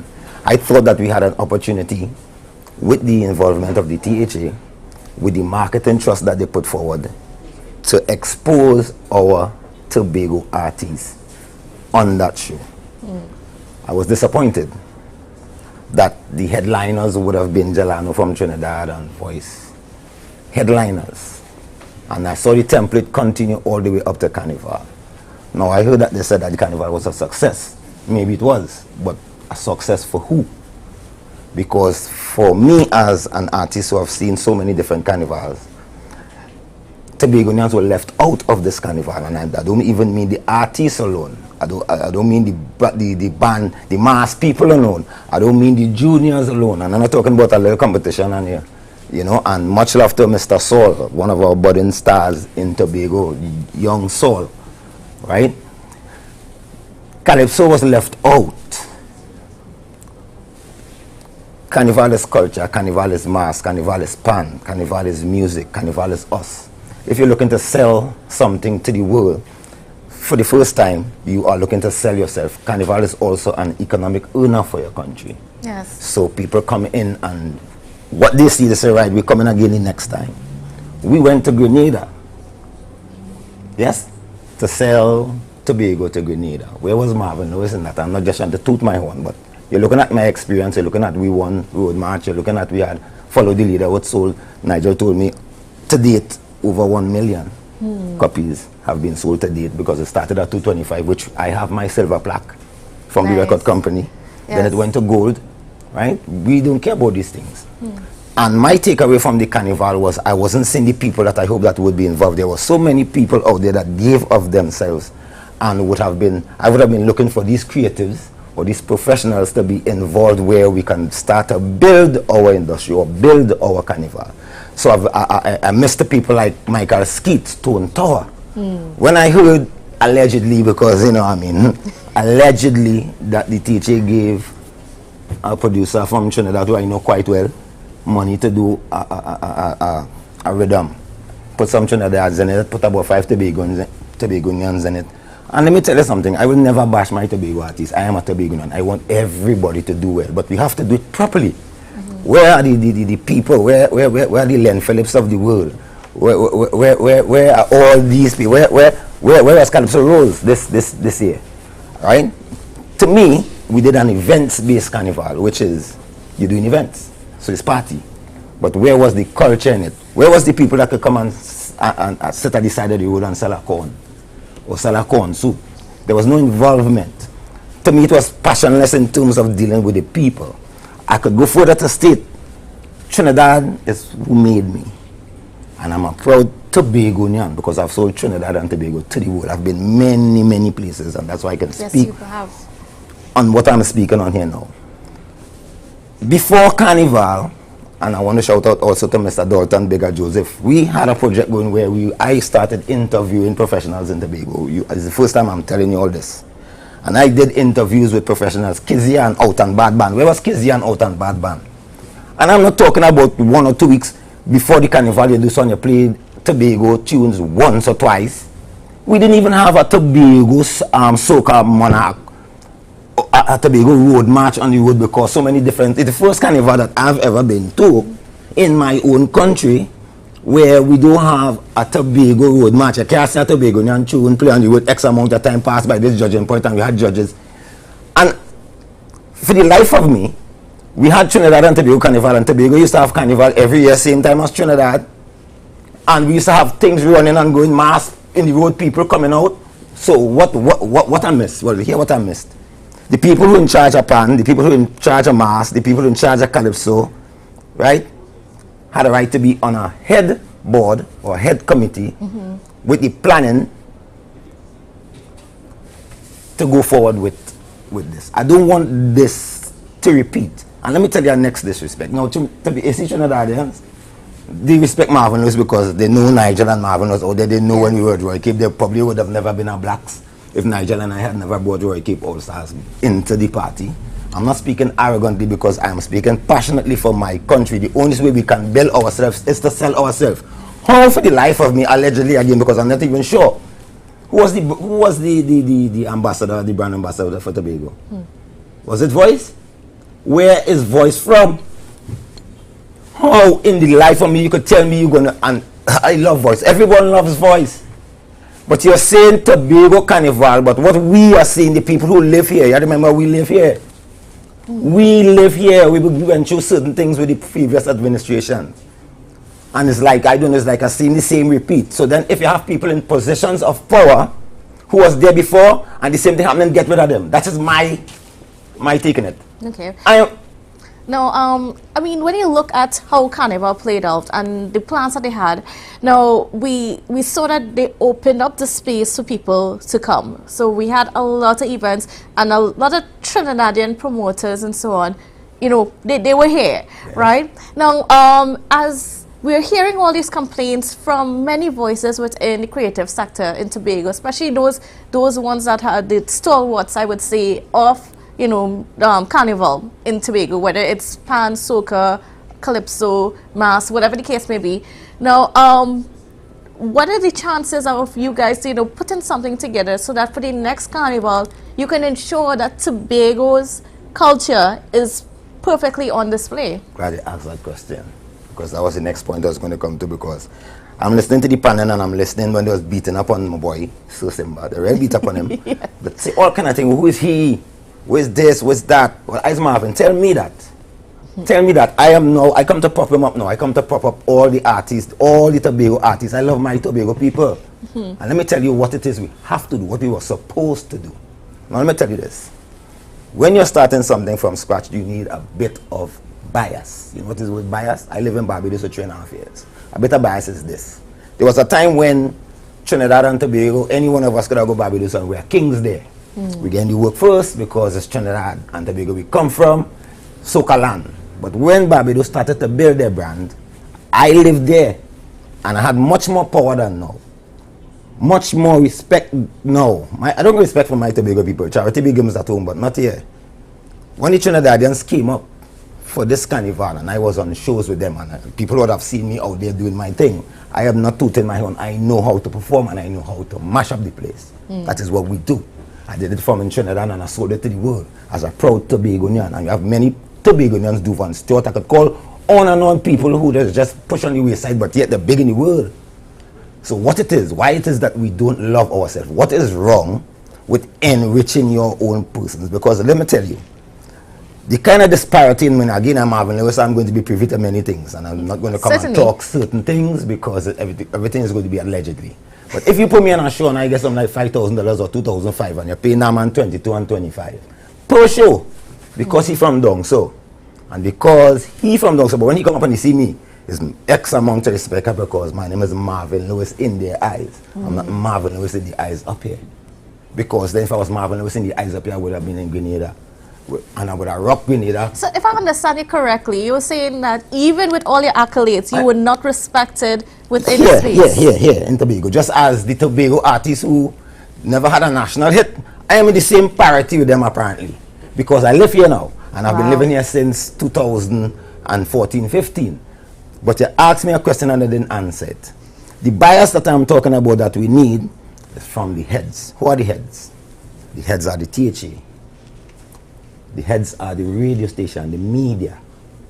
The only way you can build something, and I'm not talking about, don't tell me that the Tobago artists not professional enough.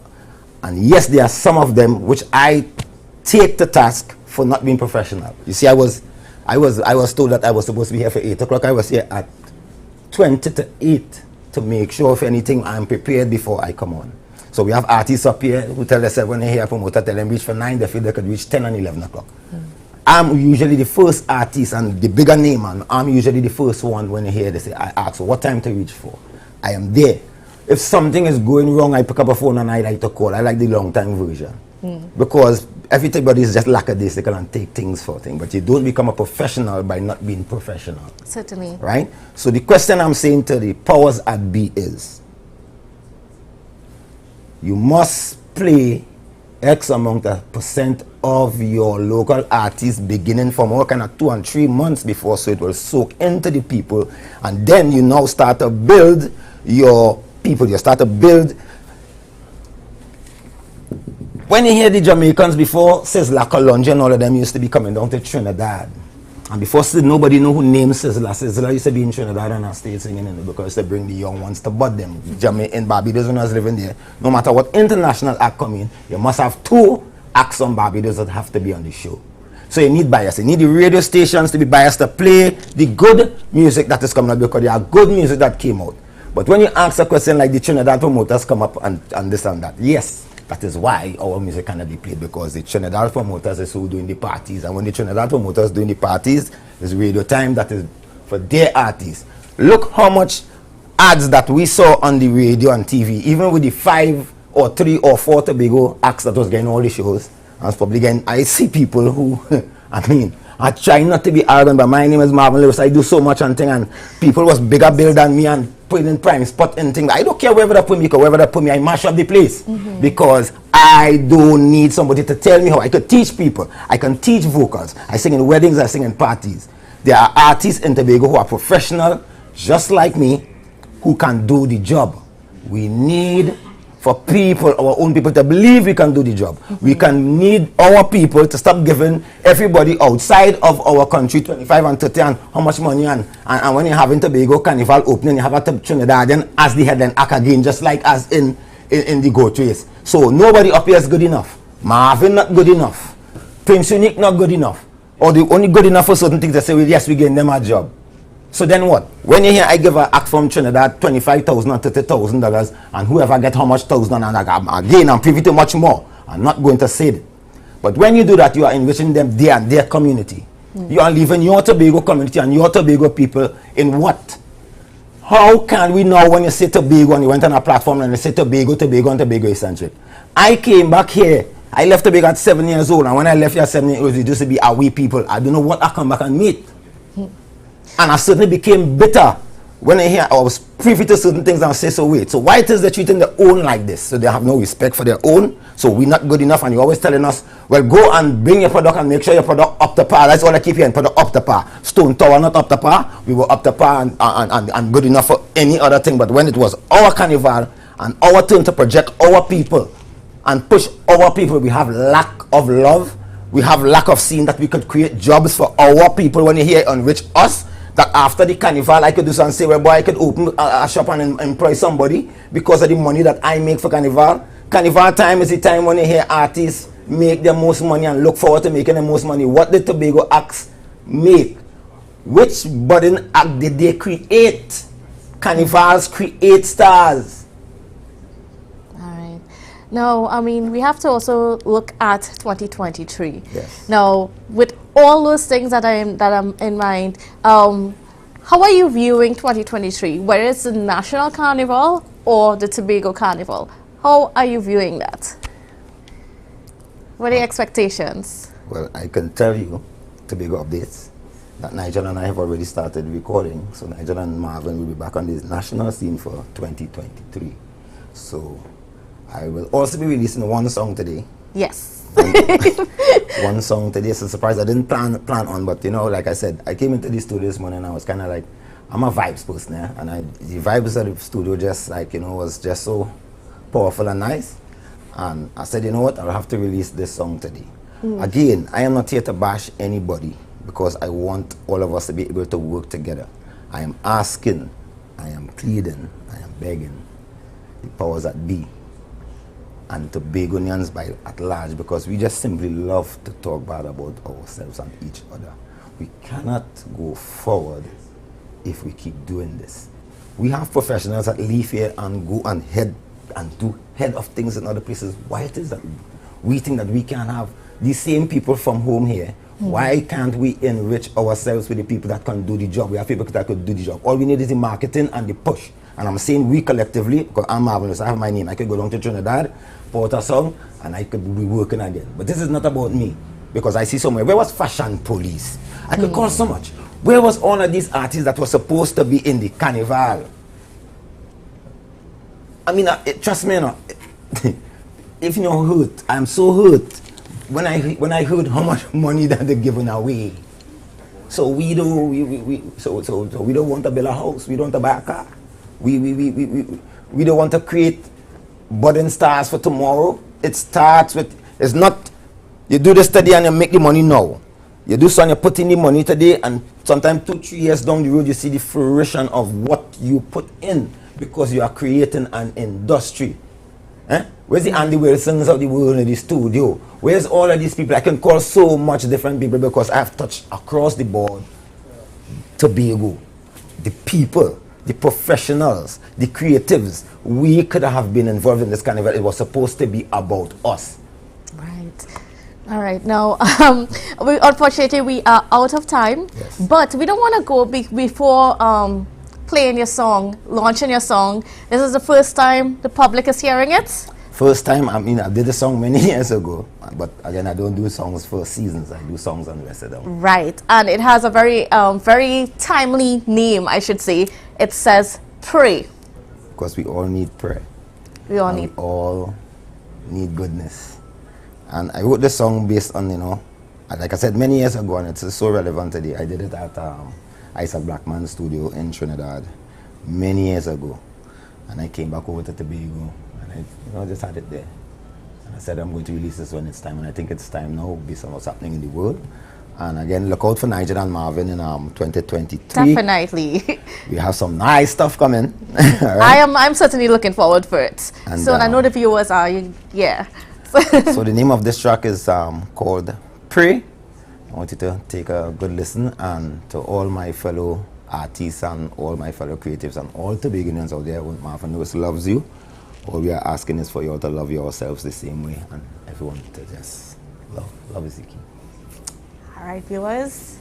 So, I mean, we're getting ready for you all to hear Pray for the first time by none other than Mr. Marvin Lewis. Thank you.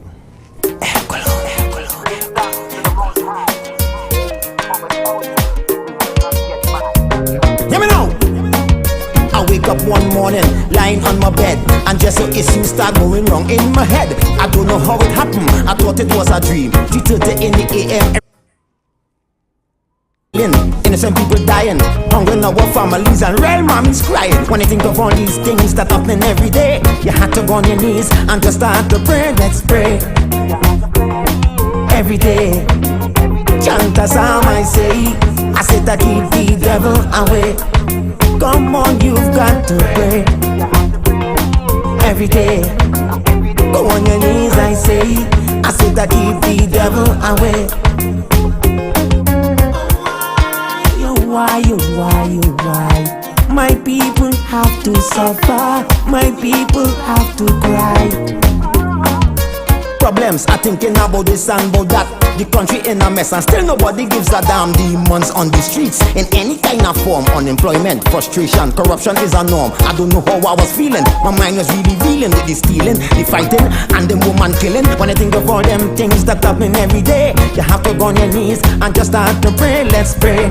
You have to pray every day. Chant a psalm, I say. I say to keep the devil away. Come on, you've got to pray every day. Go on your knees, I say. I say to keep the devil away.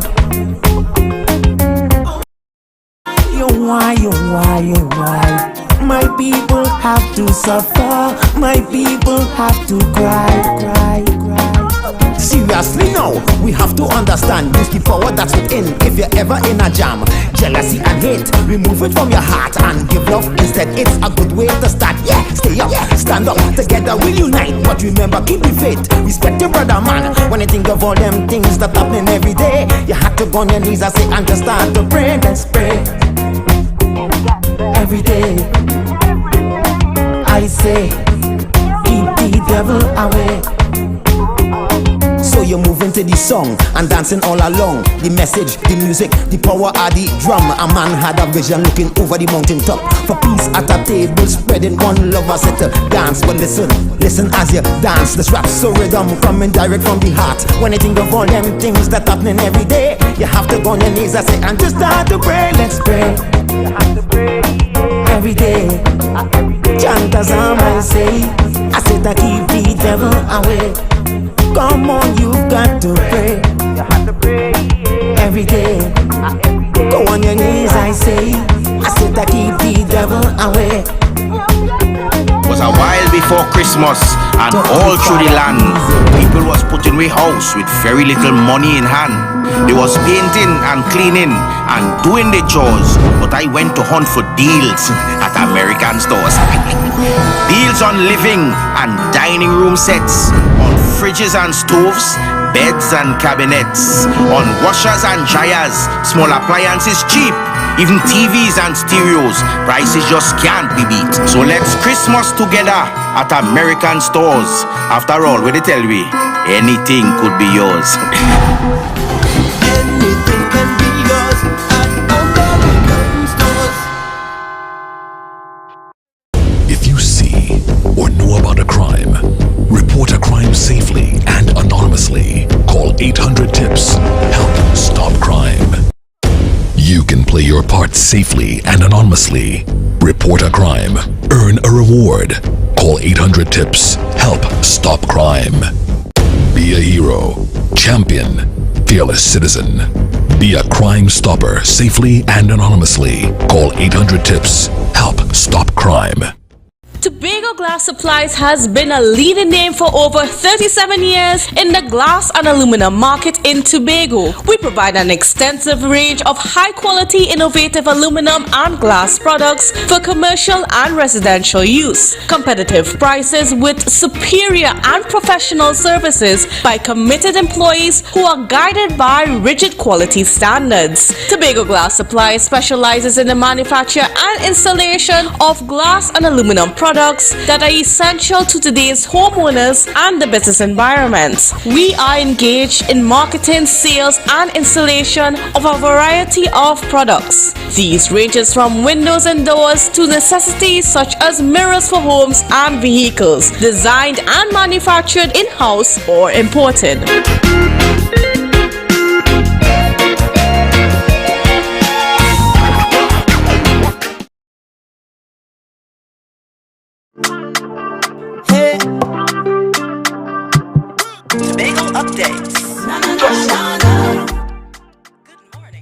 Welcome back to Good Morning Tobago on Tobago Updates. Well, viewers, we are moving into a different direction for this segment of the show.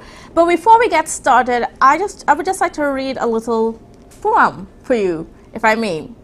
It's entitled Remembrance Day, 'Twas Madness by Peter Atkinson.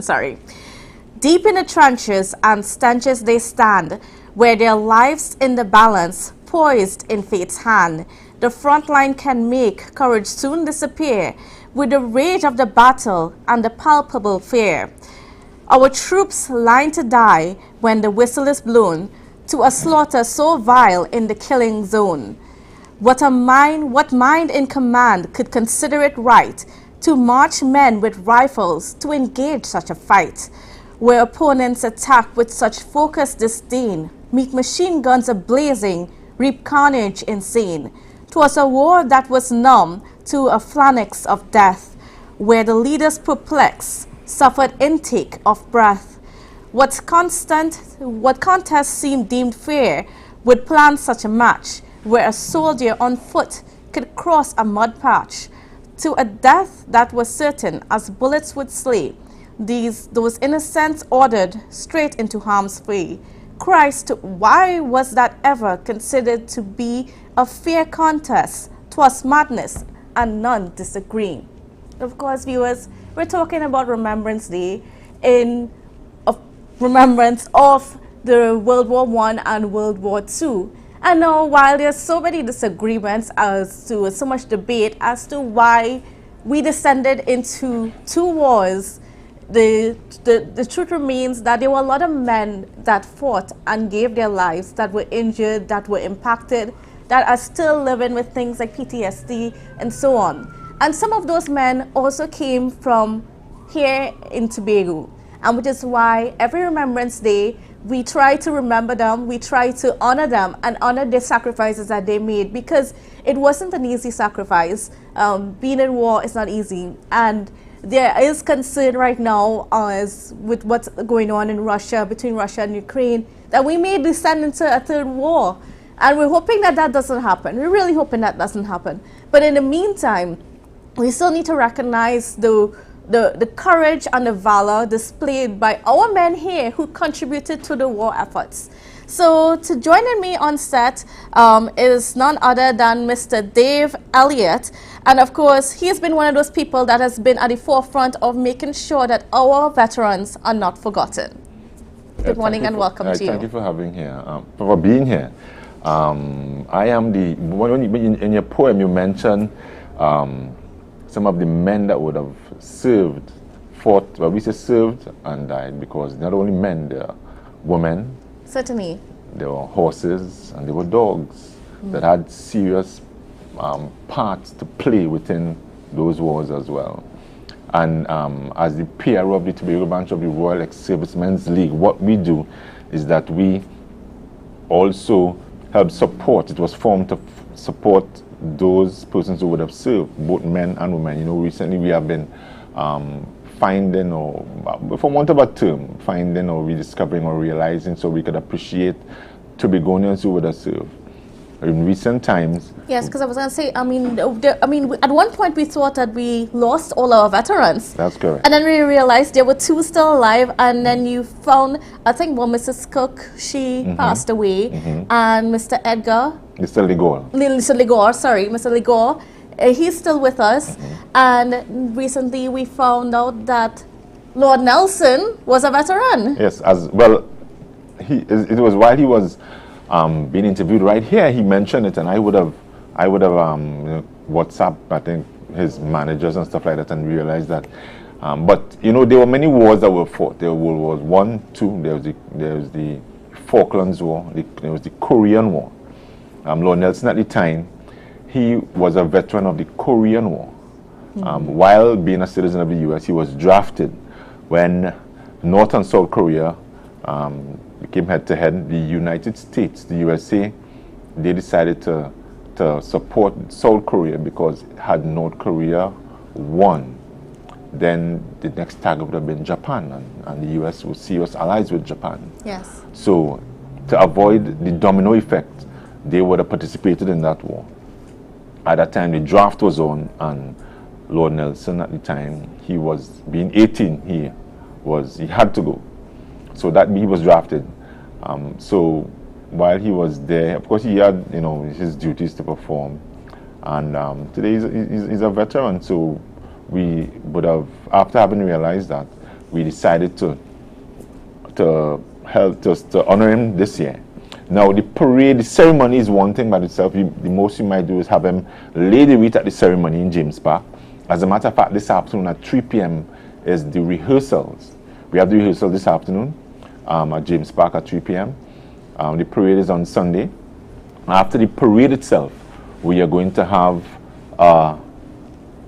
we're going to honor him at a luncheon, a special luncheon at the Assembly Legislature. As you know, he was recently been crowned a chief Bobagwanda of Iwo Ate in Nigeria. So he's also going to be there for that day. So on the parade is on Sunday, and we hope to have a good time as we celebrate our fallen soldiers and those who would have served.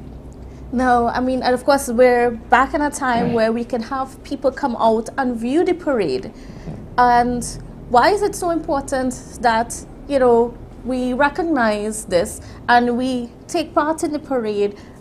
We just be there, especially for that 2 minutes of silence that always occurs. One of the things that people take for granted is our freedoms. And the fact that we here could almost do what we want, see what we want, go where we want. Almost, you know, you could walk in the street with a beer, drink it, I mean, our freedoms.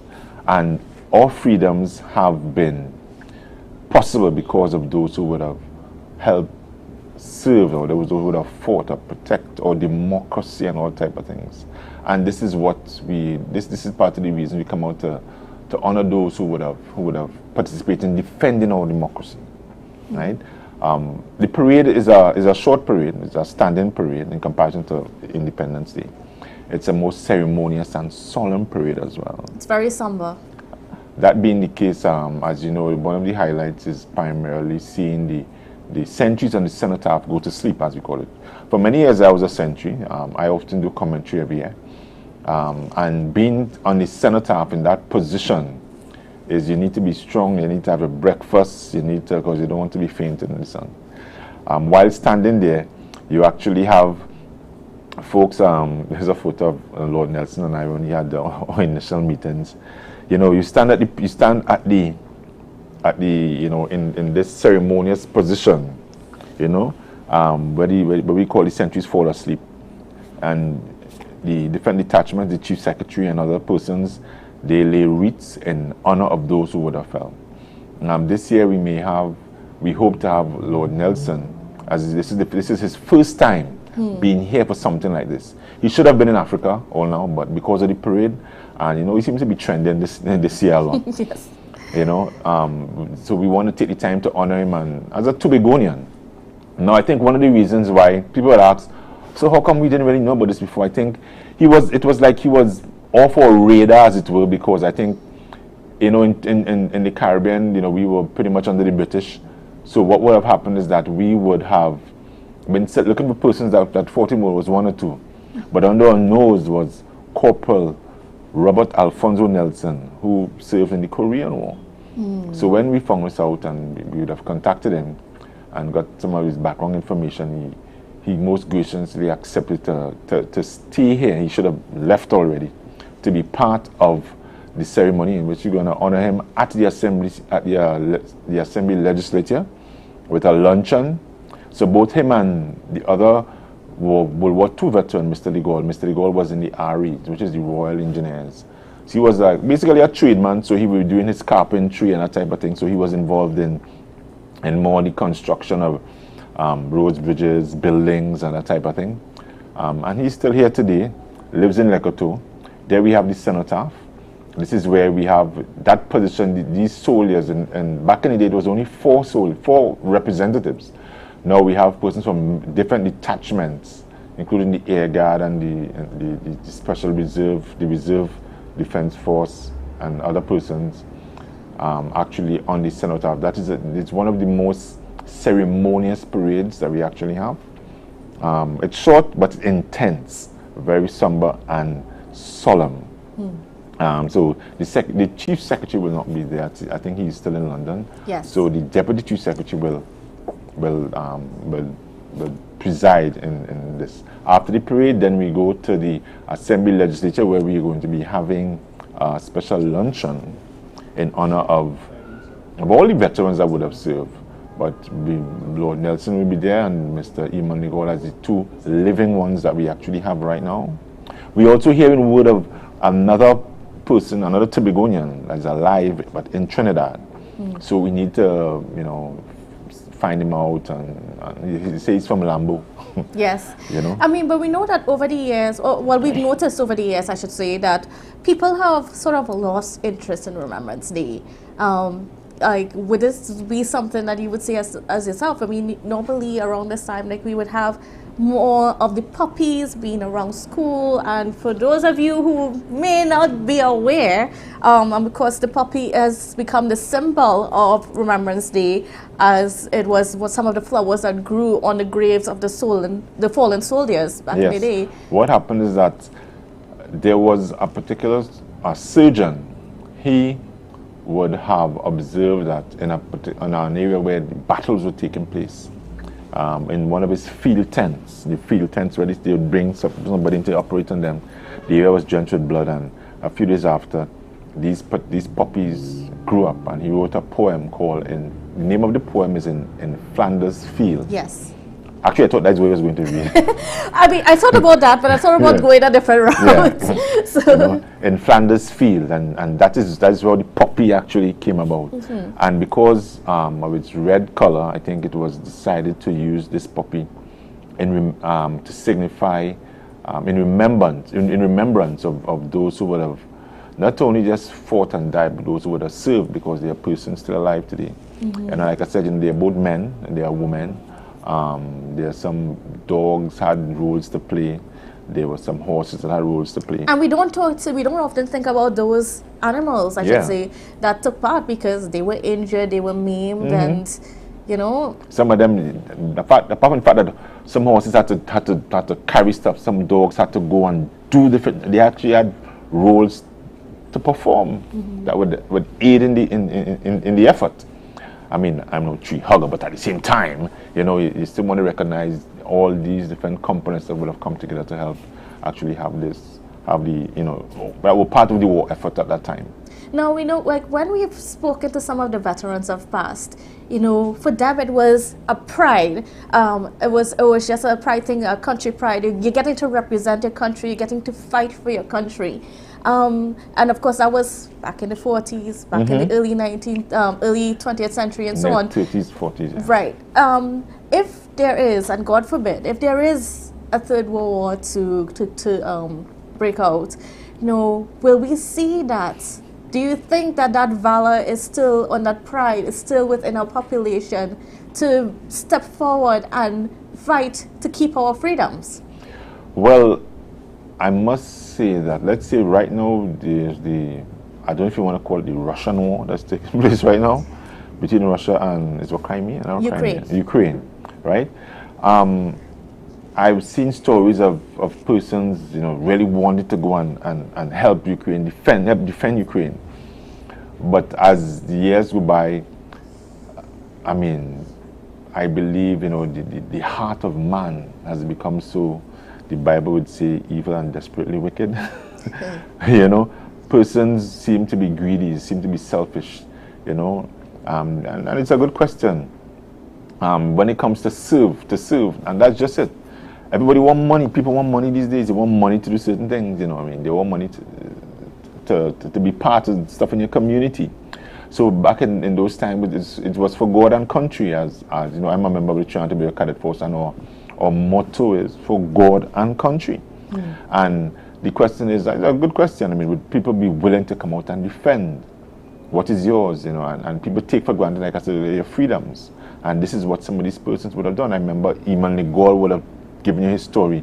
He actually ran away. I remember he ran away. He ran away. He left his Tobago. parents did not know where he went. Yeah, he said he was going and visit his brother in Trinidad, but he went and he signed up. He said he wanted to go and fight. Yeah, you know? He was 16. Yeah, he ran away to go and fight for the crown. I mean, he live in Tobago and you want to fight for England, you know what I mean?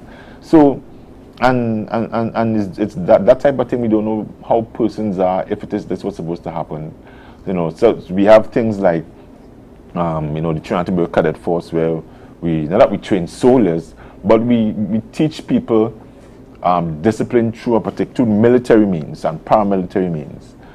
So people could be so inclined. The police youth clubs, they also do that type of thing. It's not military training, but you know, the whole issue of service to country and service to one, you know, to mankind and that type of thing. Look at the two guys that recently found the money, I think somewhere around. I mean, you know, that's the type of environment you want to help develop. And as the league itself, you know, what we do, apart from, you know, the league was set up to help bring support to the veterans and that type of thing, what we do is help bring people on board in that manner as well. We also, not that we'll be looking for new members, but, you know, we also encourage persons to be part of the league. Our Facebook pages have the information. We also have, there is our forms to sign up is also on the Facebook page. so people could feel free to be part of the Veterans League and serve the country in one form or the other. And of course, that is certainly important. And as we're getting ready to wrap this interview, Mr. Elliott, now, you know, what is one message that you want to leave with Tobagonians as to, you know, why we should really take a moment to just stop and reflect and celebrate, or, I mean, just recognize those that did give their life. Whether or not we agree with the reasons behind the war, why the war has happened, but it still doesn't change the fact that many people suffered and died for that cause. Well, like I said earlier, Tobago is a blessed place. Trinidad and Tobago is the best place. Tobago is a blessed place. And like I said, a lot of people take our freedoms for granted. And that's what this was about, right? The fact that you could wake up and walk down the road and almost do what you want. You could cross, I mean, in some countries you can't drink, you can't walk the street with a beer in your hand. You could do that here, right? You drive, you feel to pick a mango, you feel to go on the beach, you know, I mean, the civil liberties are endless in Tobago. And this was as a result of persons who would have fought. So on Remembrance Day, we want persons to stop and remember those that would have put their lives on the line so that we here could be free, could have all liberties, could do as you wish, right? We're encouraging persons to come out on Sunday to view the parade. It starts they come from about 10 o'clock. We could also, this afternoon, the rehearsals is at 3 p.m. at James Park in Scarborough. There are some traffic restrictions around Scarborough, so people look out for that. And I know everybody loves to see, you know, Independence Day parade. So come out and celebrate with the troops and be part of the parade on Sunday. Great. All right, viewers, so it's happening on Sunday at 10 a.m. Yes, also, we encourage you to get your puppies. Oh, yes, certainly. I see you have yours, Candace. Yes, I have mine. It is only $5. Only $5, viewers. Right. And of course, that money goes towards helping veterans. Yes. So it's incredibly important. Yes, because some of the things that we actually do, for example, cut the yard, if they have any needs. Sometimes you do need a walker for someone Miss Cook. We often tend to go and visit Mr. Ligol, see how he's going. There were the streets, both ends of his street was named after him. The villagers and the representative in the area, I think Ms. Ziaki, they would have contributed or made that possible. We have one area, I think Lord Nelson, there's a street customer is named after him. I think they would also want the other end to be named after him as well. So we want to celebrate Tobagonians who would have served, and we want to basically love and take care of our Tobagonians and honor them in that particular way. We don't want persons to, when they die, and say, this man was a so-and-so, and only when he died you will recognize him for that. I think Lord Nelson also, he's been crowned a chief in Nigeria, Yes. Chief Bobogwande of Iwo Ate, right? So he's going to be there as well. He's for want of a term, chief celebrant after the parade, and we're going to have a luncheon. We're going to honor him, Mr. Ligol, and the other. Well, after that, we have the other retired soldiers from the Defense Force. So some of them will be there as well. Great. And where can people get the puppies? Well, you could contact us on our Facebook page. You could contact me. I mean, my puppy's hard. You can hardly see it's red. Yes, it's blending. Yeah, I'm a whole puppy today. You understand? And for the week, my number is 4958214. I think we also have, you can contact us via our Facebook page, the Tobago branch of the Royal Ex-Services League. And pretty soon we hope to have our home where we could actually direct people at, we could actually come and get puppies. It's only $5 and they go towards, the care, maintenance of the veterans here in Tobago. So that's it. All right. Well, there you have it, viewers. Make sure that you come out on Sunday and, stand with our soldiers, our defense forces, all of our protective services as we remember those who fought and gave their lives and sacrificed so that we can have freedoms that we enjoy. We often say those who serve, because not everybody that was in the war would have fought. Would have gone on the front lines, Yeah. yes. Then by the I mean, and there's some things that happen. Yeah. I mean, and you know what, viewers, there's actually a lot of information out there if you took the time to go out and do your research. And I know every year the Parliament Channel, they have a 4-part documentary as well that's really interesting to look at, that talks about that war effort of West Indian soldiers. Yes. So you know, just take some time and get acquainted with some of our history. There are persons that actually went as far as Egypt. Yes. Our president, Miss Linda Eastman, her father, Mr. Josie Eastman, he served in Egypt. Some persons served in, you know, they were dispatched around the world. Tobagonians went around the world to fight. Yes. You know, so that's important to actually observe itself.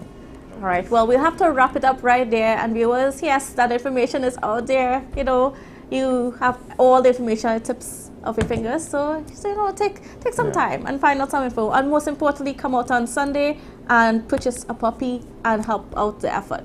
All right, viewers, that's how we're going to have to leave things. So have a wonderful, safe a weekend. Enjoy your weekend, and we'll see you again tomorrow. Not tomorrow, but on Monday at 7 a.m.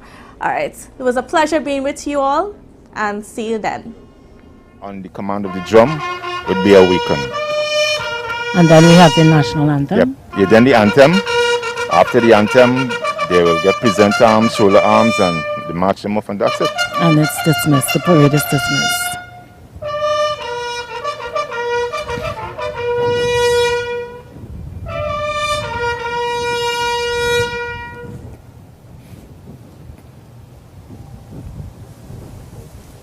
Our drummer is now going to wake up the sentries who have been sleeping.